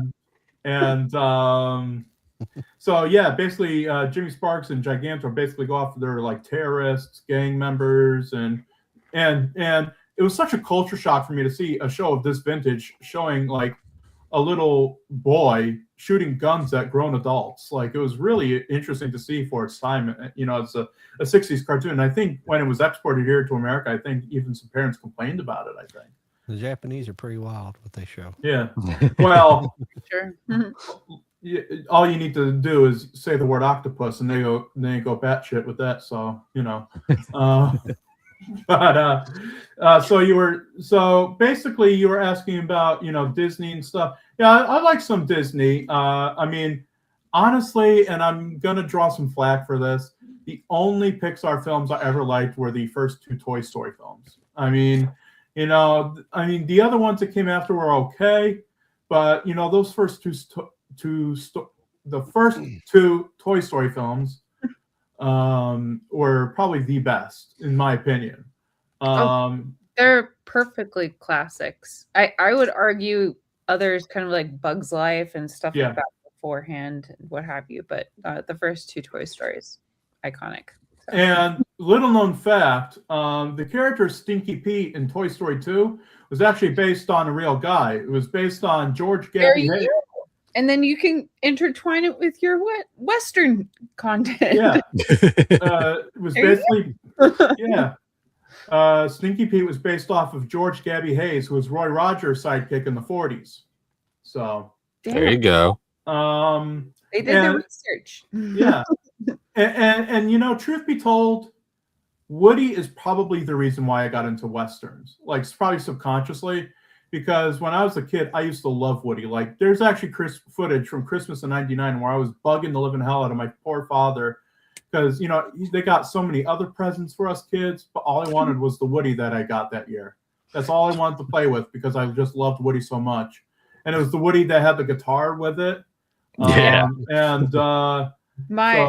My mom kept yelling to get me out of the kitchen because I would just come in and start singing "You Got a Friend in Me." She's like, "Get out! Like, I don't have a friend here." Like, but so I can relate. And so yeah, I love the Woody character. I still do, you know. But honestly, and I'm gonna get flack for this because these films were originally made in widescreen. Honestly, if I were to watch those films again, I'd have to watch them on VHS. Like, most of my Disney collection is on VHS, you know, honestly. Like Pocahontas, Blu-ray, what? What's this? I have the Walt Disney Masterpiece collection right here. No. Ba ba ba ba ba ba ba ba ba ba ba ba ba ba ba. And then Tinkerbell comes in. Ba ba ba ba ba ba. They just don't do it like that anymore. No, They don't. But as far as my all-time favorite animated film, it would have to be Max Fleischer's 1939 animated Gulliver's Travels, which I know I've discussed here before on this program. I mean, I've gone so far, and I could show this off. This is the centerpiece of my Gulliver's Travels collection. Go ahead and do it. I have a very rare item from Gulliver's Travels. Gosh, what is he gonna bring up here? I have a bunch of Gulliver's Travels items. I have the original Decca Records collection. I have 2 copies of that. One's a later pressing. But one thing that I have from the original run of Gulliver's Travels is this. This is a wooden doll of Gabby, the town crier. This is from 1939. Oh, wow. That's cool. Oh my gosh. His nose is a little chipped, but I still love him anyway. Cost a pretty penny, but I love him anyway. So, that's cool. Yeah, you can see there, Gabby, copyright 1939, Paramount Pictures, made by the Ideal Toy Company. Nice. Oh, that's legitimate. That's awesome. Yeah, his face is a little cracked. His nose needs reconstruction, and he doesn't have his belt that he had originally, but I don't care. I still love him, you know. That's pretty good Just the way shape. he is. It's fine. Pretty good Just shape. the way you regardless, are. So yeah, Gulliver's Travels, probably my favorite animated film of all time, bar none. Nice. It's not a perfect film by any stretch of the imagination, but it's a fun one. It has a lot of great songs in it. Great musical score by Victor Young. Great animation, and you know, it was pretty timely. Actually, it was an anti-war film, basically made in before the onslaught of World War II that was about to come to pass. And it's the only second feature-length animated film ever made, and it's the first feature-length animated film made by a studio other than Disney. And it garnered 2 Oscar nominations for Best Original Song and Best Original Score. And it's really a beautiful film. Some people like to knock it, but I love it. I think it's a beautiful film, just well made, great characters. I wish I would have explored the world of Lilliput a little bit more, but other than that, I think it's a beautiful film. Just an awesomely gorgeous film. Animation, I like. Probably my favorite Disney film. Now, my favorite Disney film, and Jody will tell you, it's an interesting choice. I'm so curious. DuckTales the movie, Treasure of the Lost Lamp. Oh my god, that was not what I expected. But I'm not surprised. I have literally. Wait, let me count. I think I have up to 14 VHS copies of that now. And I have a bunch of Scrooge plushies. in my bedroom staring at me whenever I go to sleep. So Hell you yeah. know. And sometimes you know, and so yeah, I mean, Scrooge McDuck is probably my favorite Disney character.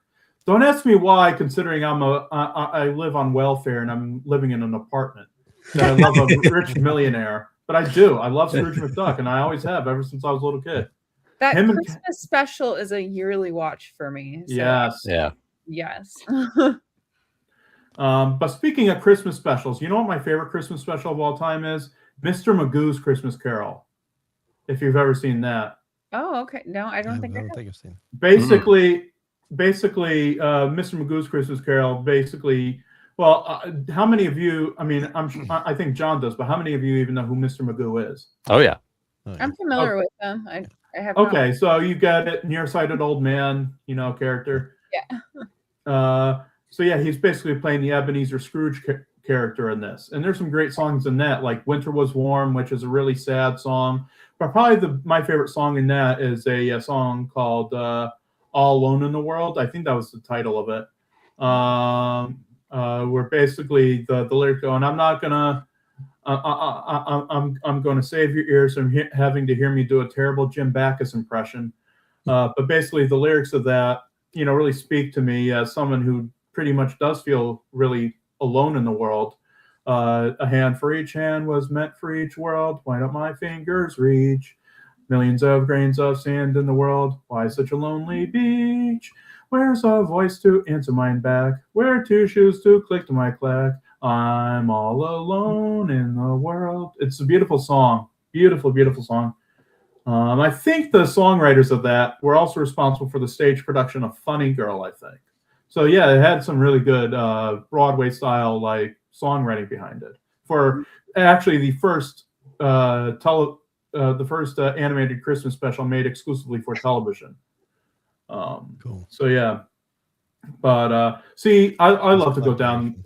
Yeah, I go down these avenues and these tangents, you know, like like Lauren gets to talking about Mickey's Christmas Carol, and then I'm like, oh, do you know that there's this other thing? I don't know what's wrong with me. Like I must be sick. Like I don't know what's wrong with me. But I'm definitely guilty of doing the same thing. I was about to be like, oh, my favorite Christmas Carol is George C. Scott's version in like the 80s. That's absolutely one of my favorites. You're never going to offend me by telling me you don't like something that you don't like, because I don't care about because that's your opinion. That's what you like. Everybody likes what they like. Everybody's got their own niches they like. Not everything is for everybody. That's what I always. You know what? Earlier when I was talking about anime, I totally lied.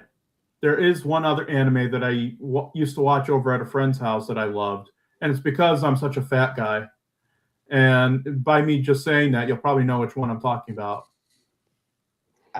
I'm quizzical. What? I'm not sure. Well, because I like food, there was an anime called Toriko, which was basically this guy by the name of Toriko. Basically, he went out into the world and he basically went on eating adventures. Like he would eat the weirdest foods imaginable, and this was an anime from like back in the day. And I was like, wow. I mean, it's a show that makes you hungry, even though he's eating like squid tentacles or whatever. But it's fun to watch. Like, I would actually like to see some Toriko again. Yeah, it's like watching real Japanese. You ever see Toriko, John?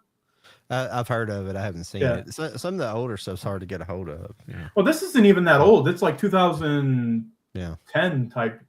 I used to watch it when I would go over to a friend's house. Yeah, exactly. That's what I'm saying. It's kind of old if you can't get a hold of it.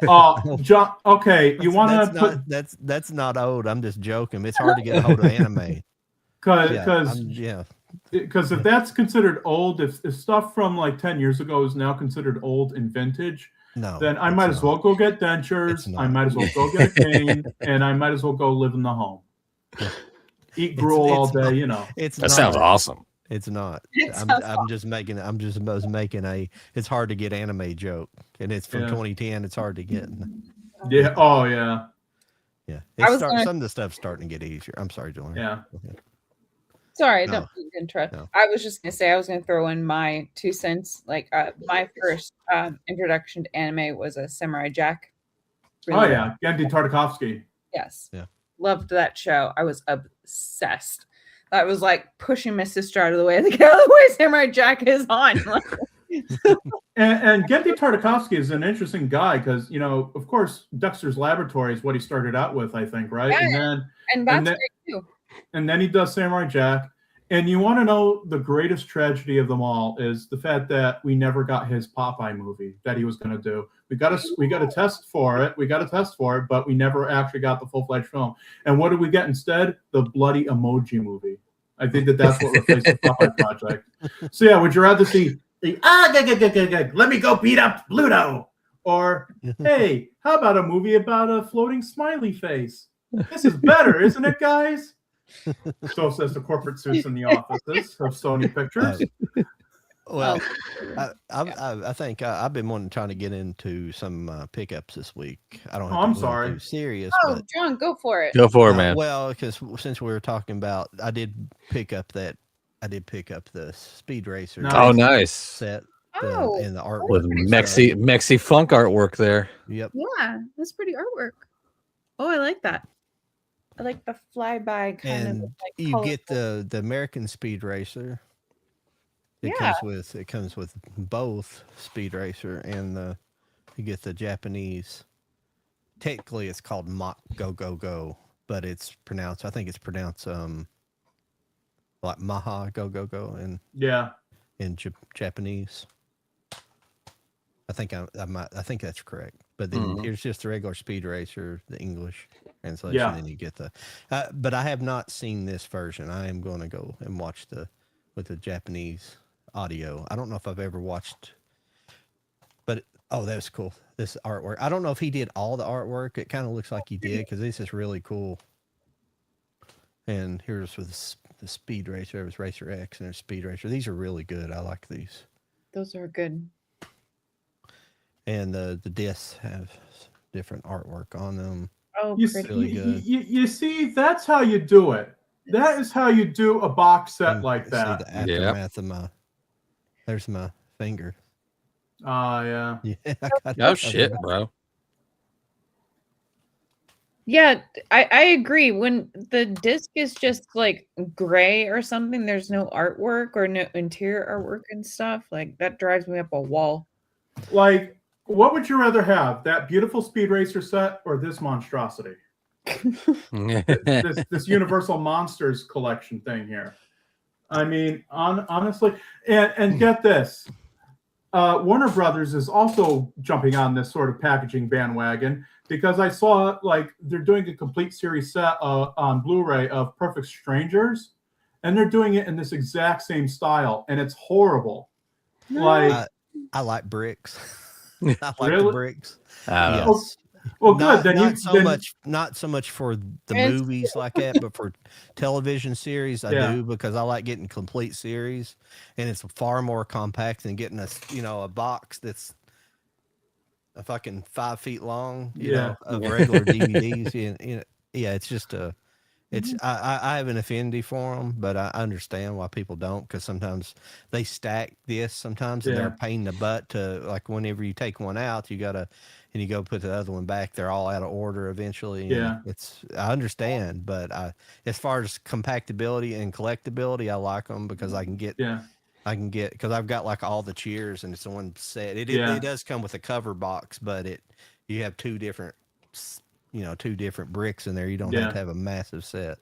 Yeah, I think my favorite like collection, like box, is what we're talking about. Like I have one for Alfred Hitchcock classics, and it's like more like a paperback kind of style, and so you can pull it out and then you like flip through like a book kind of thing, and it's not like plastic and falling apart kind of thing. I have unfortunately had to deal with that kind of stuff, but that's my favorite one. So there are some really great ones out there. It's just sometimes they just phone it in and then they expect you to just pay the full price for something that they clearly have put a clearance on themselves, you know? Because the Gunsmoke Complete series is like that. You get that beautiful outer box, but they're bricks inside, but it's like 20 seasons. So, I mean, that warrants it's still that long. It's still that long. That's outrageous. Yeah. Since I'm here, now I don't know if you guys have retired this segment. I think you have because I haven't seen it on the past few shows. But and I know John wants to finish his pickups, and I'll let him do that. But I just you're the guest. I just have to wonder, Jody, are we going to play a certain little game tonight? John, You bastard. If I can find it. I mean, I was wondering if it was actually going to happen. Oh Yeah. my god. I'm so excited right now. Strongly.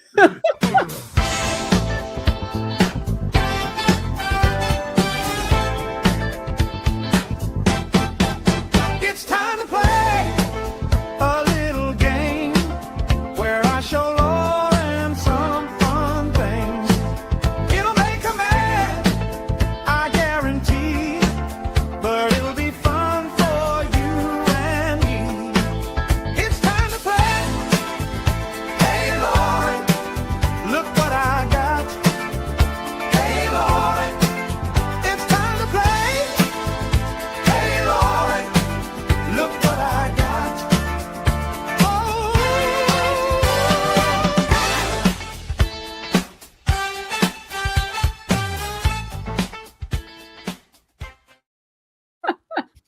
Forgot how good that song was.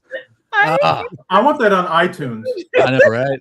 All right. So God. I've for the past month and a half or so, I've been doing some whatnots. Right? I've been on Whatnot. I've been selling some shit.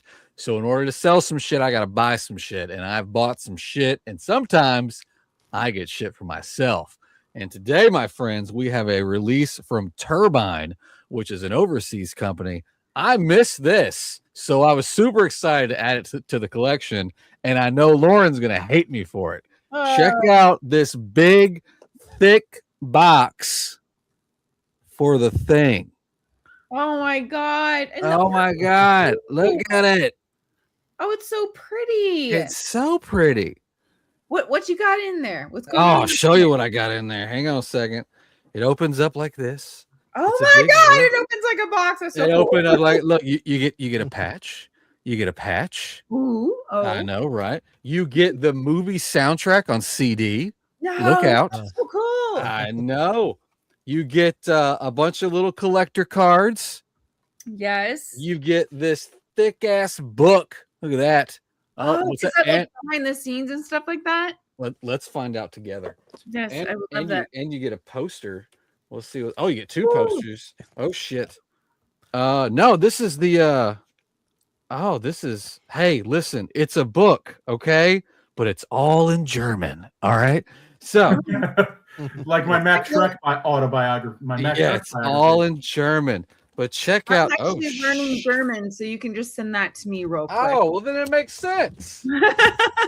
Look, you get this poster, Oh, it's so pretty. Oh my god. and the back of it, you get this poster, Oh my god. Nuts. and then that's hang on, gorgeous. I've got to fold this nicely because there's another poster.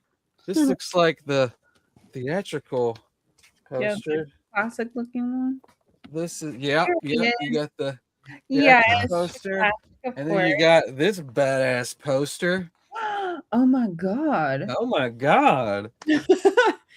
I would have And then, picked that one. and then, hang on, and then you get. Oh my god! There's another book. Hang on. There's another book. Let's see what this book. This book has pictures. This book has. I like this book. It has pictures. Oh Look at that. It's got concept art. yeah, It's concept got art. storyboards. Oh. Oh, yeah. This book's much better. This is what's pissing me off right now. That right Now, there. calm down. Calm down. And then you get the housing for the movie. So here's the housing for the actual movie. Oh. You get this awesome this. Oh wrap, yeah. and then this slides out, and then this looks like it might. Look at this. This opens, Oh my god. and then you get 3 discs in here. 1, 2, and 3. Describe 4K. them. One is Blu-ray, I'm guessing. Now, it looks like all of them are Blu-ray. One of them is just a bonus material. Excuse me. shit. They're not labeled, so I'm gonna have to do some digging on if this is like a theatrical and like a different cut going on. Yeah. I gotta do some digging Cool. because the only thing it didn't come with is like the J card that told me what everything was. So this has been a fun adventure for all of us right now. That's so cool. That box is awesome. This box is so beautiful. I love it so much. I got to put it back together. And there's something else that is can go with this segment. But honestly, anytime I can show off this other thing that I got, I'm going to show it off because I about pissed myself when I found it. So I'm going to show you the back first. Okay. So this was a European release for The Exorcist that I hosted a group buy for, but then I apparently can't count and didn't order enough to where I could get one. So I'll show you the back. So it's a big Bible. Where's my finger? It's a big Bible. And then there's an inner Bible. And then it has posters, cards, the SteelBook. So see this comes out like this. So now, and they only made 2,000 of these. So now this looks like an actual my God, that looks so good. Right? That is awesome. This is awesome. Oh, it gets so much better. So inside you get the new 4K SteelBook right there. It's got the posters, the cards. Do you want to know why I shit myself when I found this in one of the boxes that I bought? Get ready. Hold on to your shit because it was signed. No. How did you get that? You don't just laugh. You answer the question. this beautiful gentleman, this fellow collector, is having to get out of the collecting business, and gotcha. I am his new best friend. And this one came with paperwork. He got it done. I forget the name of it because this sticker applies. It was like a monster festival something where it came with the paperwork that with the matching number and gives detail on when and where and like what color marker she used to sign it and all that shit. So this is gonna get put in a protector and put on the wall. So this is super awesome. I've got some more stuff. That's incredible. I got some more stuff coming that got signed, and I can't wait to go through everything. But that was hey Lauren, and we haven't done that in so long. I loved it so much. Good call, Geno. Good call. Well, Lauren, you know what? Lauren, don't feel too bad because you know what? He has, or he had, or has something that I would love to have in my collection as well. What was it? The Indicator Sinbad collection. Oh yeah. Oh, he's got so many. I keep telling him I have your address. I could technically go to steal.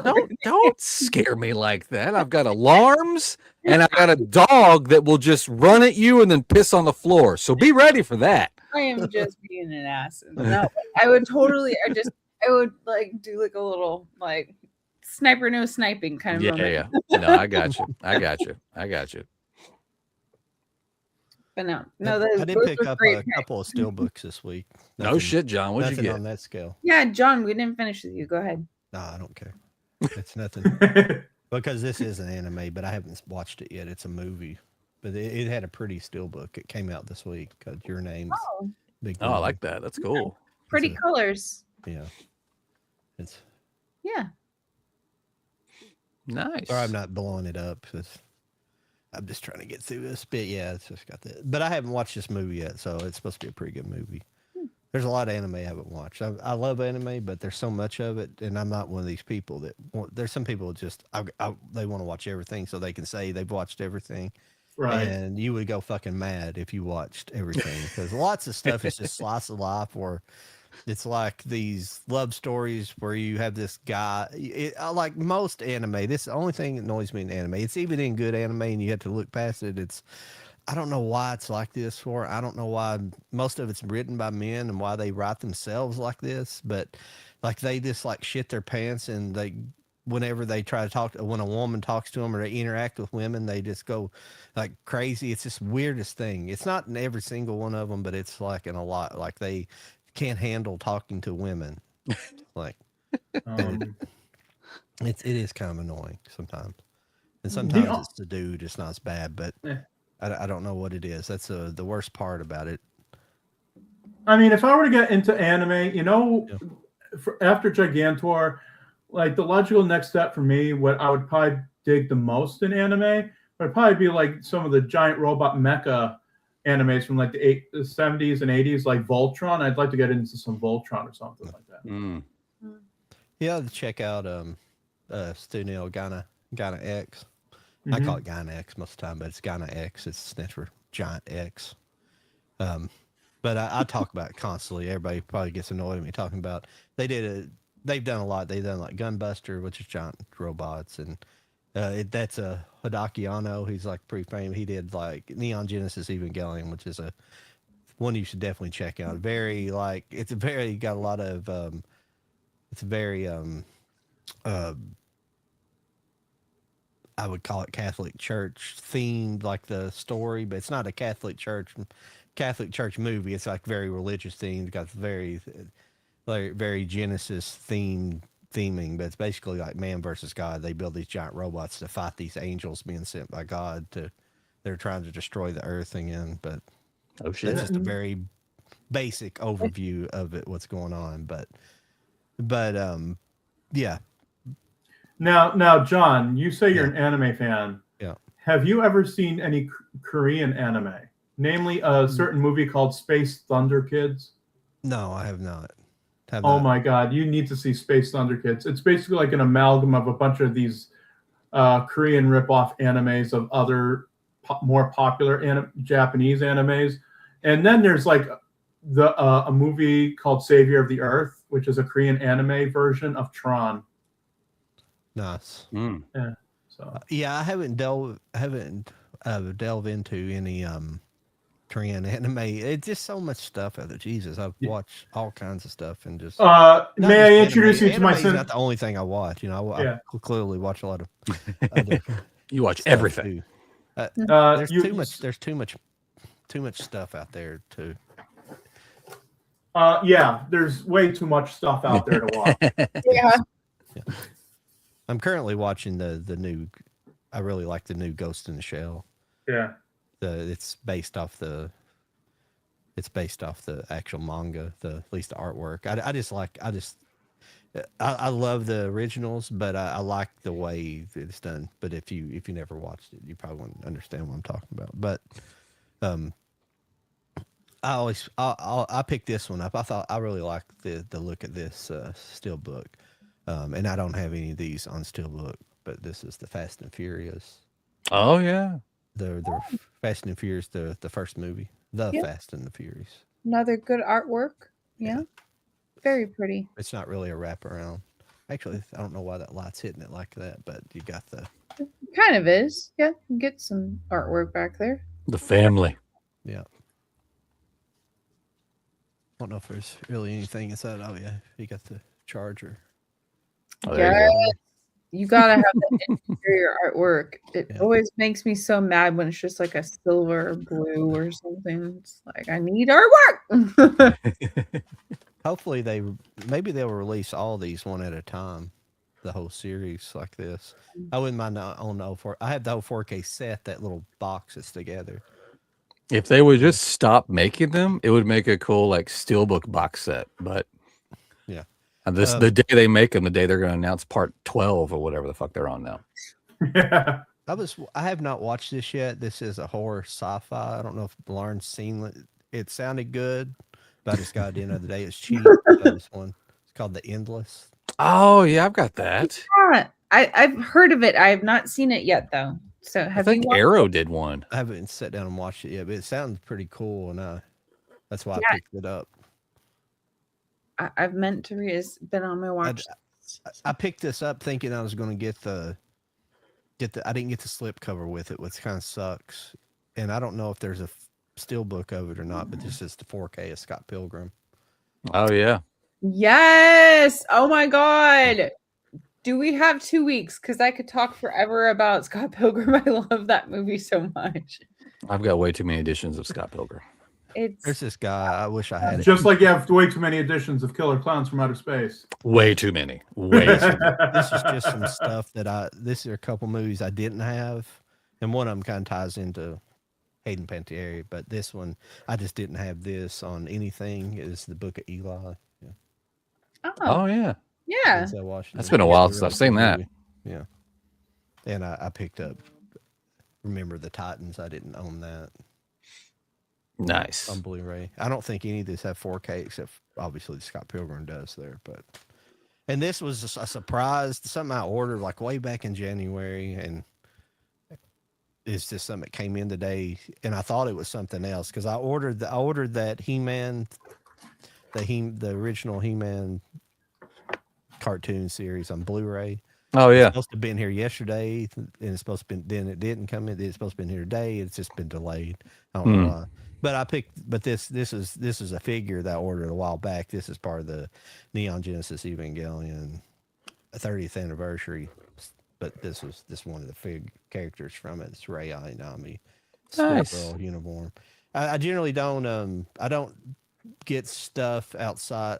They make some stuff like with all the characters and like bikinis and stuff. I don't buy that stuff because I don't buy anything that's not from the show itself. Because I think it's kind of cringe when they do that, especially these characters are underage technically. It's really, Right. So if it's Speaking of 4K, the plug suits are pretty revealing, anyways. But so technically, in the new series, they aged them up because where they were when they fought in the Evangelions, they were submerged in a fluid called LCL, which is it's something they can breathe. It's a liquid oxygen essentially, but they can breathe it being submerged in it, and it's slowed down their aging process. So they jumped in time, so they're all older, but they still look young. speaking They of time traveled essentially, but what's weird is what I take it as is LCL is ambionic fluid. It's like fluid inside a woman's womb when they're pregnant. That's how a baby breathes. They're actually breathing like a liquid oxygen essentially. It anyway, just goes along with the show. The show's really weird. Yeah, because LCL is like everywhere. Because the Evangelion were actually they're like offsprings of like they used them. They're not really robots. They're actually huge like beings that they had spawned from like Lilith and Adam. A lot of people don't know who Lilith is. Lilith was like the original. She was before Eve, and she wouldn't have anything to do with Adam. So she kind of went off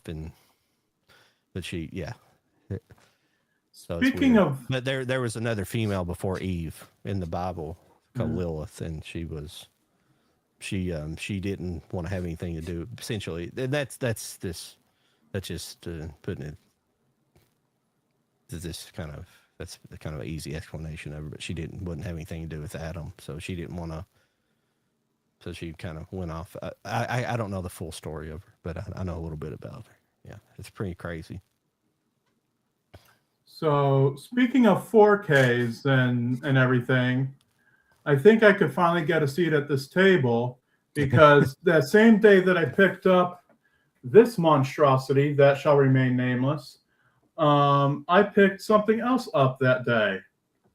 Uh-oh. And what I picked up, because I used to hate this movie. I really did. Like when I was 13 years old and I saw it for the first time, I hated it because I thought it was such a perversion of the original film because I love the original film so much. I've come to really love this movie. And I finally got my very first 4K Ultra HD Blu-ray plus digital code type deal for the 1976 King Kong. Oh, there we go. Yeah. Okay. Oh yeah. With Jessica Lange and Jeff Bridges and Charles Grodin. And this includes both the theatrical and extended TV cuts. So yeah, I do. Even though the Blu-ray player, the player that I have, isn't equipped for 4K right now. I mean, and to be transparent, I have two. I have two Blu-ray players. One of them is a 4K player, but it's just not hooked up right now because the one that's actually hooked up is my region free player. But I do have a 4K player, so maybe I'll hook that up and I'll take a gander at this and see what all the hubbub's about 4K, even though my TV's only like 45 inches. That's fine.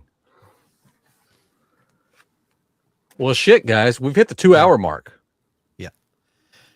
I was wanting to say, what's up, movie hunter? Good to see you. I Nope. mean, maybe you've been here the whole time, but you did. We just didn't talk about SteelBooks to the end. So, there is many SteelBooks at Scott. I think I have one, but I don't have the 4K. I don't. I can't remember, but I don't have a 4K of Scott Pilgrim's. That's why I bought that. But they're probably all out of print. That's the thing. Yeah. That's what I hate about. That's the only complaint about SteelBooks and kind of higher end media, like, because it's so limited. They're purposely creating like this secondary market that's kind of bullshit, you know. Wait, you're talking about Jody's livelihood there, right? SteelBooks. I mean, it's fine. It's fine.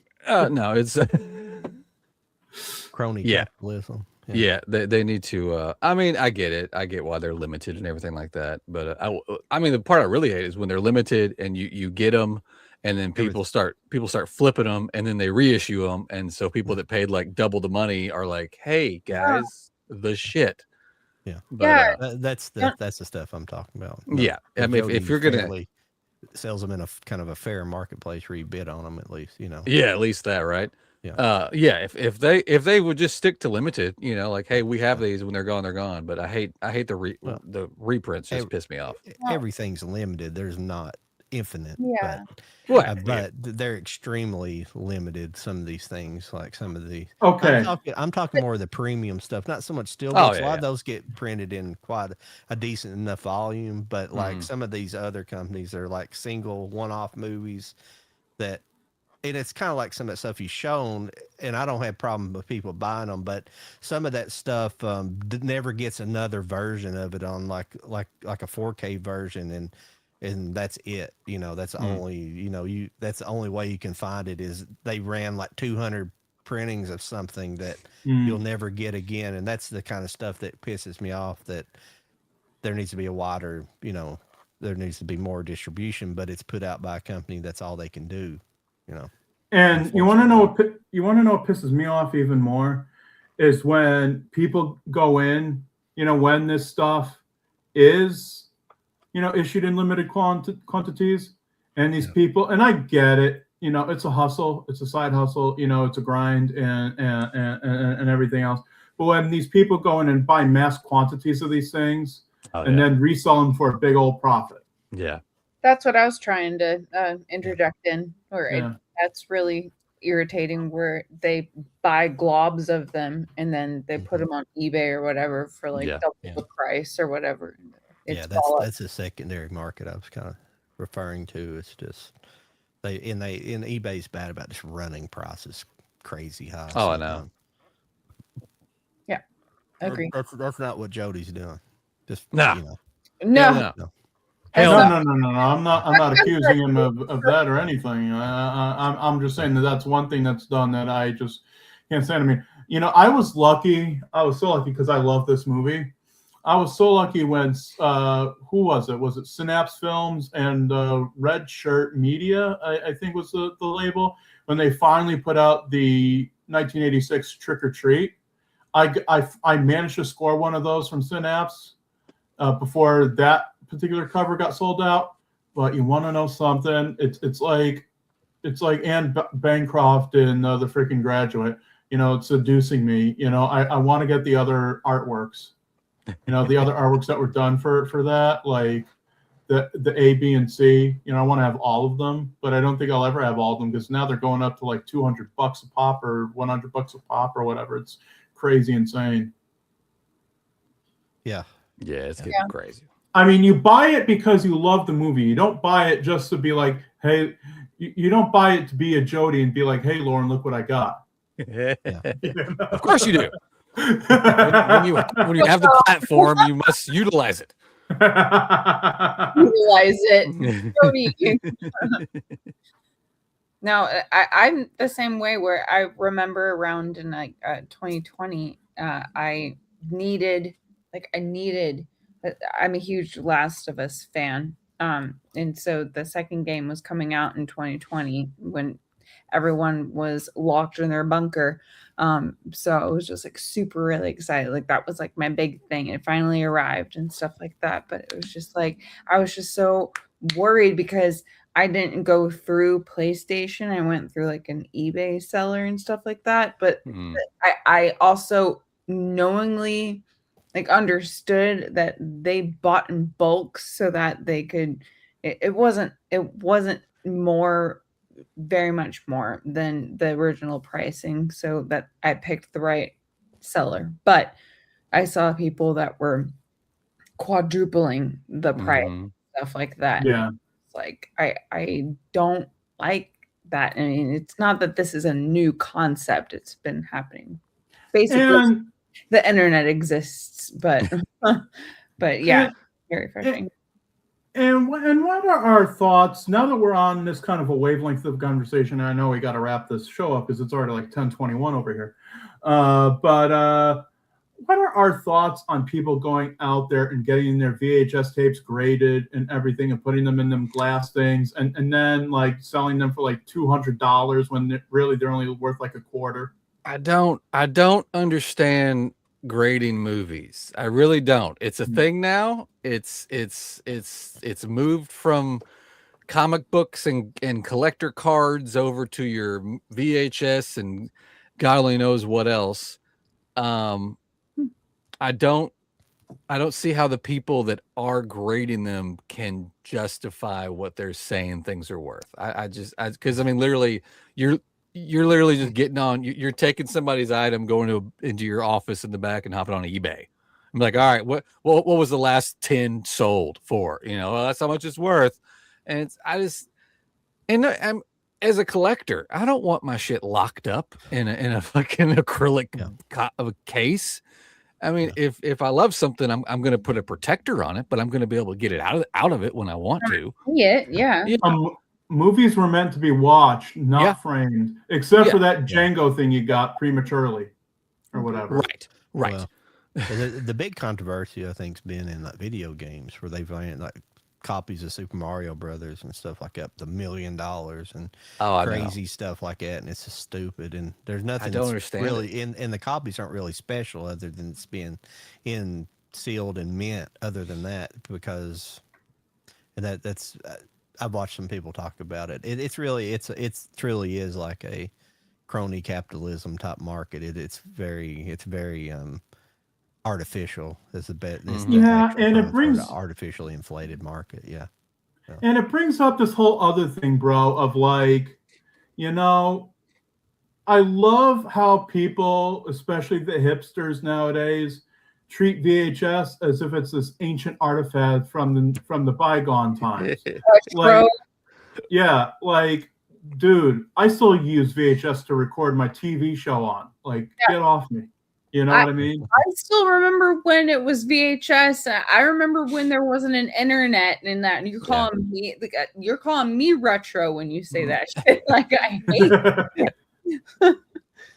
Yep, I agree.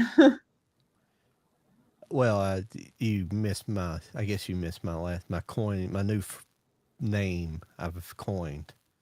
Oh yeah, what was that? You did say it last week. What is it? Yes, the Nostalgia Tard. Yeah, there you go. It's got out of control. I think it's got out of control. I'm a nostalgic person, but I'm kind of nostalgic. My feelings are kind of nostalgic. I get nostalgic when I feel, see something that reminds me of something, human emotion. But now nostalgia has become a business, it's become a market, become an industry. It's kind of got out of control because, and I talked about it last week, how, I'm sorry, I know we need to quit, but, I talked about how, I lost my train of thought, but, nostalgia tards and all that.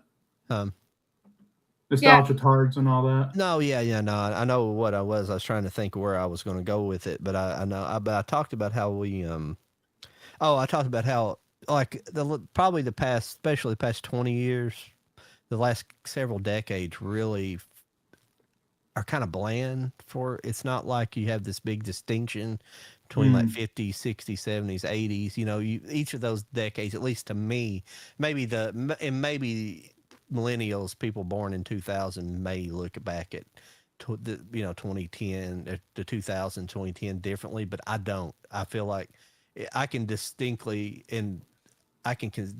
look back, and at least of the years that I've lived through the 80s and 90s, and know that there's a distinction between those years. There's songs and things that feel different. Yeah. There's things that feel different. But I don't, obviously I didn't live the 50s, 60s, the 70s, but I can look at those decades and see that the movies and the pop culture of those eras feel different in each era. For the most part. Obviously there's some lap over between each years, but you know, the 70s were kind of shit, but you know, the music was really, the movies are really good, but they're dark. It has a darker feeling because you came out of the 60s, the love generation, and dropped in like this dark period. It's almost like the end of a lot of people say the end of the 60s was the Manson murders, you know, so it kind of cast this dark shadow over the 70s, and you have a lot of these anti-heroes in movies.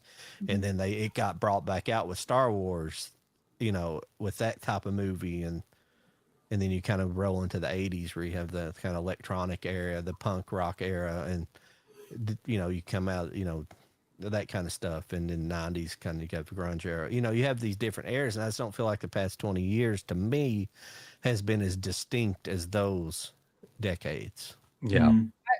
I completely agree with you. I was just gonna chime in and say, like, I completely agree. Like, I'm a 90s girl, so I grew up in the 90s, but then I always loved to go back to like the 80s, 70s, like in like the 60s, 50s, and stuff like that. So I love getting to experience things that were created before I existed and stuff like that. And then, like you said, like each generation had like kind of a very like we understood what we were doing. And what did you call it? Like a nostalgia tard?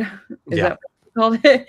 I would call what we're going through right now is a modern tard, where we don't really know what we're doing. We're just kind of like smashing a couple of bits of Play-Doh together and seeing if it works. Well, I think it works. Sometimes it doesn't. I think what we're experiencing is the generation that was born with the internet is grown up enough to realize how much it fucked everything up.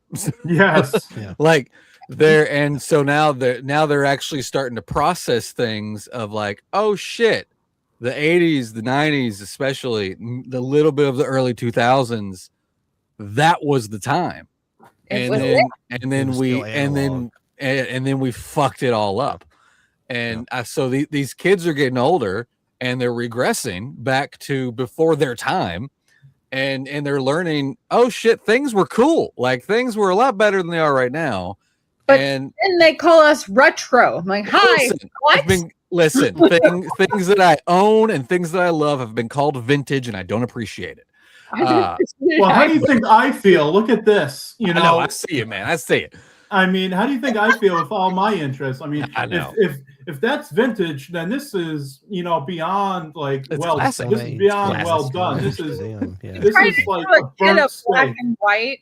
You try to show it in a black and white movie, they're gonna be like, "What are you trying to take me back into the 1900s?" Like, But I've got a store less than 20 minutes from my house in the main square of my city that is all retro. And I say retro because it's like 80s, 90s. That place is packed all the time. And it is just like this dude's found his niche. I need to be best friends with this guy. But you go in there and it's literally it's kids, my kids' age, looking at things like, holy shit, this is cool. And then there's people like me in there going, I owned that. Where did you find this? And so it's like, cool. It's the greatest store I've been into. He's actually had to buy the building next to it and expand because it just got so big so fast. What kind of stuff is this? Is everything? It's just anything you can think of. Media, any clothes? Yes, clothes, media. He has like I hadn't been in there for a while since he did his expansion. So the time before last I went, I was surprised to see this new door open in this whole other room.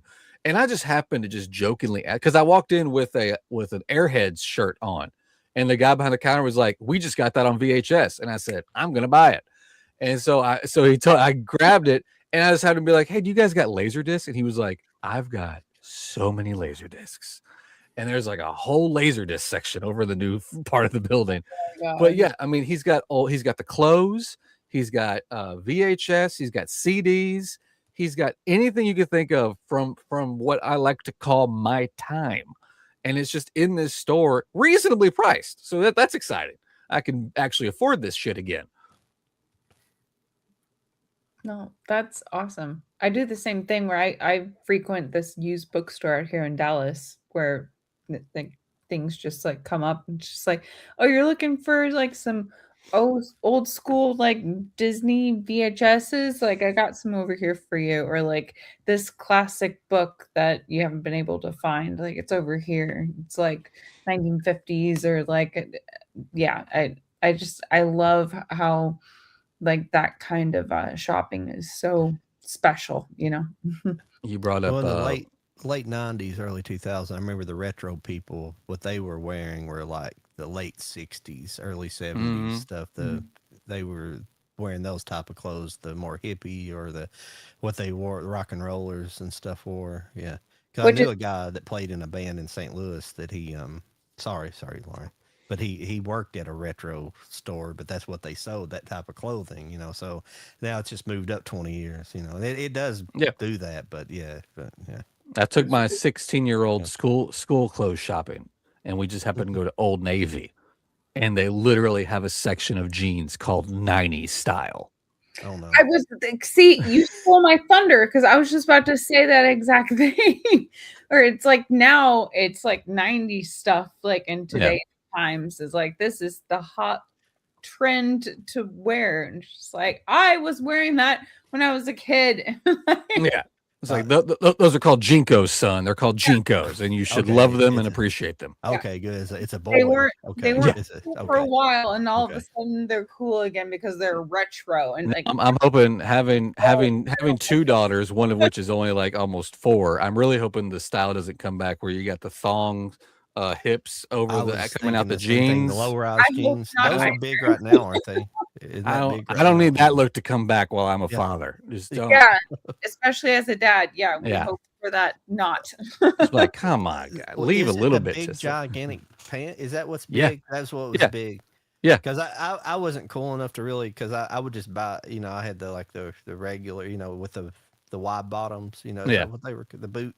It wasn't boot cut. They were big, but I had some friends that were.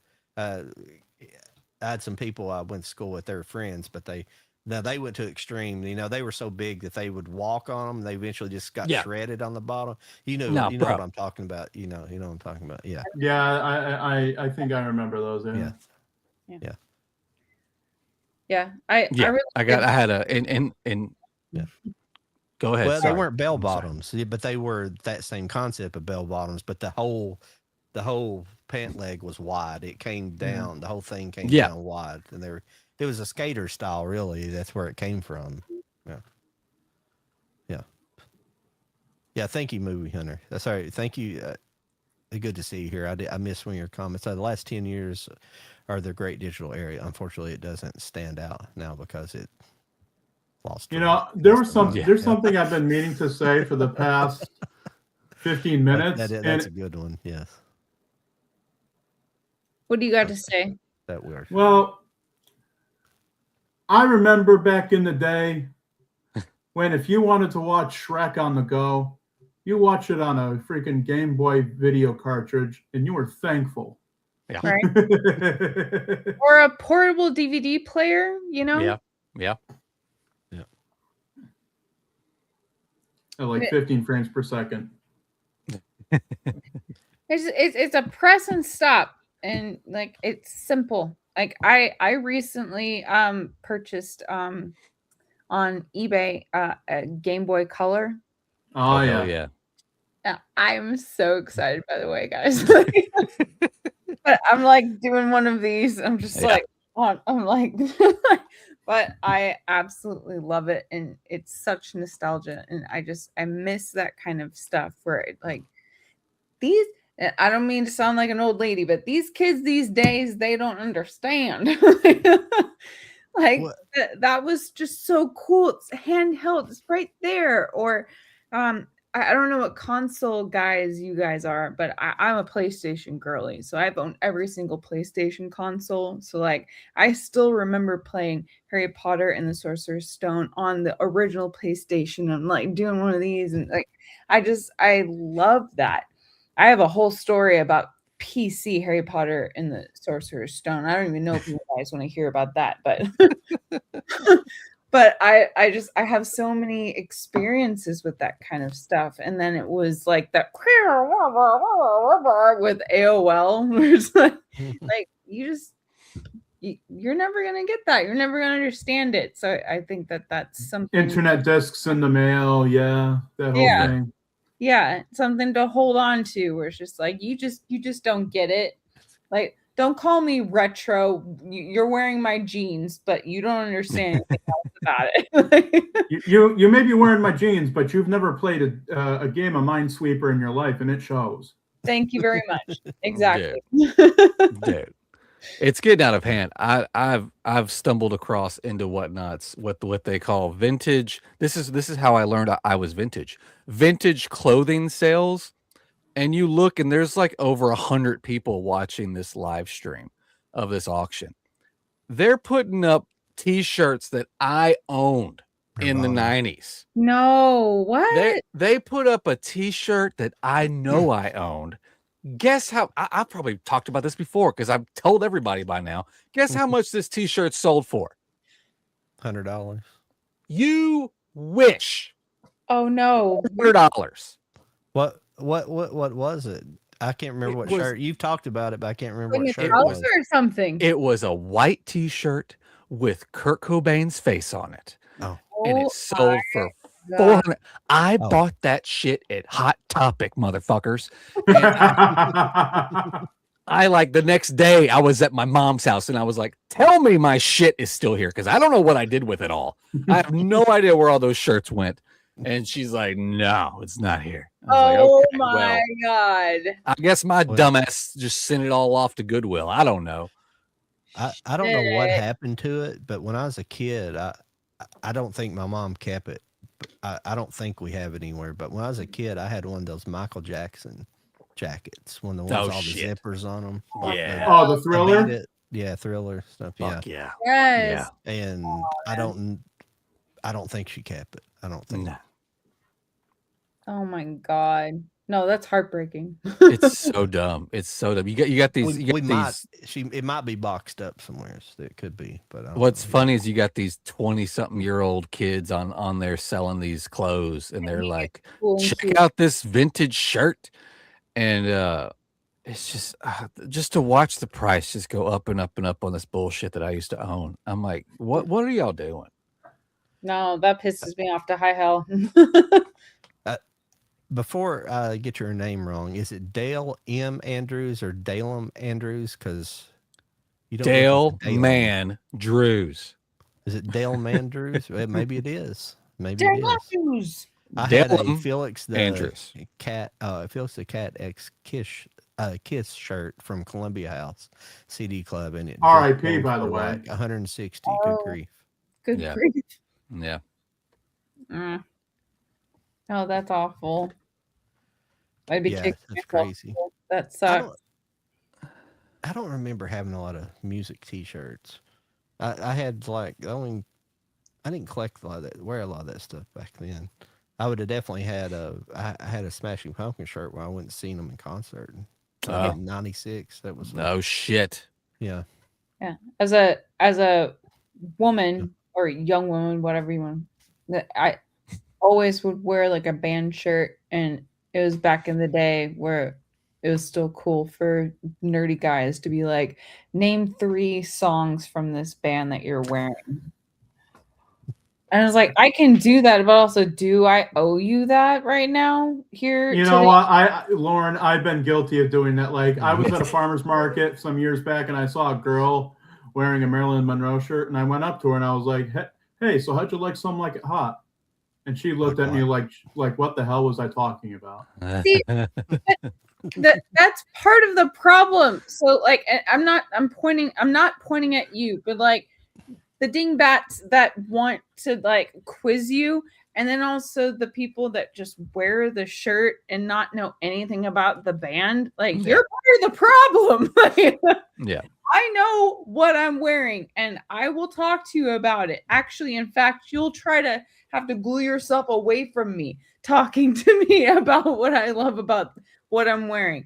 So yeah, it is very frustrating. But it's like people who wear Che Guevara shirts. Like, do you know who that is? Like, do you really know who you're wearing on your shirt right now? Like, Yeah, especially liberals wearing them. Yeah, Yeah. and I say it stuff. I'm a kind of a middle ground kind of person, but yeah, Che Guevara, he slaughtered, was known for slaughtering like gay people. He slaughtered a bunch of homosexual people in Central America. Yeah, like that's one of the things he did. So, but yes, they don't know who he was. No, And see, this is why we learn our history, people, because if we don't learn our history, we are doomed to repeat it. So that's why I watch Bob Steele westerns. There you go. Yeah. So I can learn my history. That's right. All right, shit, guys, we've gone 30 minutes over 2 hours. Yeah, Charlie literally tried to jump in here, but his picture's not up. So, but we need to end it. He's probably wondering why the fuck we're still on. Hello, Charlie. My name is Geno. I'm sorry that we didn't get to formally meet tonight, but hopefully we get to at some point. Ooh. I don't know if he's got any audio. Charlie, are you here? Charlie? I don't know. I hope he wasn't there. I have audio. There he is. Yeah. You're having the opposite problem that I had trying to get on earlier. I had picture and no audio. No, I turned my camera off on purpose because I'm in bed. Oh, Charlie's sleepy. All right. Well, I saw that you guys were still going, and I was like, "Wow." I know. We got on some rants this evening. But hey, you're here, so you can be part of the salute goodbye. We're gonna go roundabout. We're gonna start with our good buddy Geno down here. Geno, let everybody know where they can find you. All right, you can find me on Facebook at facebook.com/official Geno Cuddy. That is Geno Cuddy. You can find me on Instagram at official Geno Cuddy. You could find me. My YouTube channel is Geno's House of Rare Films. You could find my podcast, Heart to Heart, the William S. Hart podcast, wherever you could find great podcasts like Spotify, Apple Podcasts, iHeartRadio podcasts. You can find my television program, Sunset Cuddy Six Gun Theater, on my channel, Geno's House of Rare Films, as well. And I do have a blog called blazingjustice.blogspot.com, where I review a bunch of silent westerns and B-westerns. So, there's no shortage of ways for you to get a hold of me. And I'll also give out the email that I give out on my show. If you want to email me at sunsetcuddy@gmail.com. There it is. And after our guests, it's always ladies first. Lauren, where can everybody find you? I'm primarily on Instagram. I'm analyzing horror. I have the British spelling, so it's S instead of Z. And then I also am on like Twitter. I write a lot of reviews on Letterboxd for movie reviews and stuff like that. And those are basically our primary spots.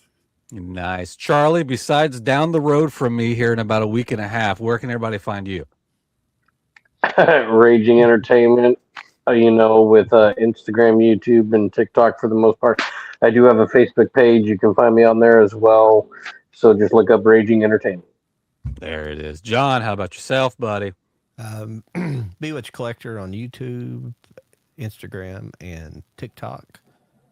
And I'll be starting putting out some games. I had a little bit of injury this week to my finger, so I haven't been doing much when it comes to that kind of work. I've been doing other work, but not putting out videos. So, I'll be getting back on that, putting some shorts out for the Cult of Collectors and making some videos for mine. And that's about it. But I apologize. I do want to say thanks for everybody for showing up this evening. We got Dale, Movie Hunter. Yes, we for got a bunch sure. of people. We had Chris in here earlier. We got Pebbles and Acres. Bam Bam? Stacy. Got Bam Bam in here too? Got Pebble 69. I see what you did there. Now, John, you're a Bewitched collector. Does that mean you have every possible version, every possible copy of C'est La Vie? No. I thought he was going to do a whole "I Dream of Jeannie" or "Bewitched" itself for you. No, no, this is a deep cut. 90s Irish girl groups. Yeah. No. Bewitched comes from ultimately it comes from, obviously it was a TV show, but my grandfather named his drag car Bewitched in 1965, and it comes from that. Then my dad had a pulling truck he had a pulling truck in the 80s, early 80s. It was called Bewitched. It's just it became a kind of family name for racing vehicles. So I just took it. So I don't do that I don't do that. So I named my channel that finally after many iterations. I like it. So it stuck. We've been here for and them I all. just like the whole concept of being bewitched. As a man, you can be bewitched by a female witch, or vice versa if you swing the other way. So There it is. There it be is. a wizard, I guess. Technically, it's a wizard. You're not a witch, but All right. Well, yeah, I'm thanks, still, everybody. I'm still raising 4Ks on Instagram, YouTube, TikTok. SR4K on Whatnot this Friday. We got night 2 of the boutique blowout. So I've got Criterion, I've got Vinegar Syndrome, I've got Arrow Video. Join me on Whatnot. For God's sakes, come buy some movies. Geno, this was awesome. Thanks for coming by again. We always enjoy having you. Always enjoy catching up and taking us to school on some Westerns. It's always fun. Yeah. And we'll have you back on for sure. When you have some more announcements you want to talk about, we'll be here for it. And absolutely. And maybe next time we'll talk some Sinbad movies. And there you go. And and from now on, I'm going to use this dilapidated laptop to stream. Screw the iPad, screw the phones. I'm going to use this dilapidated screen, busted up. My X is missing from this keyboard laptop, because this seems to have worked better than all those other devices combined. I like it. We have a plan. Regardless, it was lovely to get to meet you. So it was nice talking Westerns with you. Yeah, absolutely. Yeah, absolutely. Thank you, Geno. You're always Yeah. a great guest. Charlie, we better see you here next week. Maybe. I'm just going to say maybe. All right, that's fair. All right, well, we'll see everybody next Wednesday, same time, and we'll try to keep it at 2 hours. Okay. Yep. See you guys later. See ya. Later.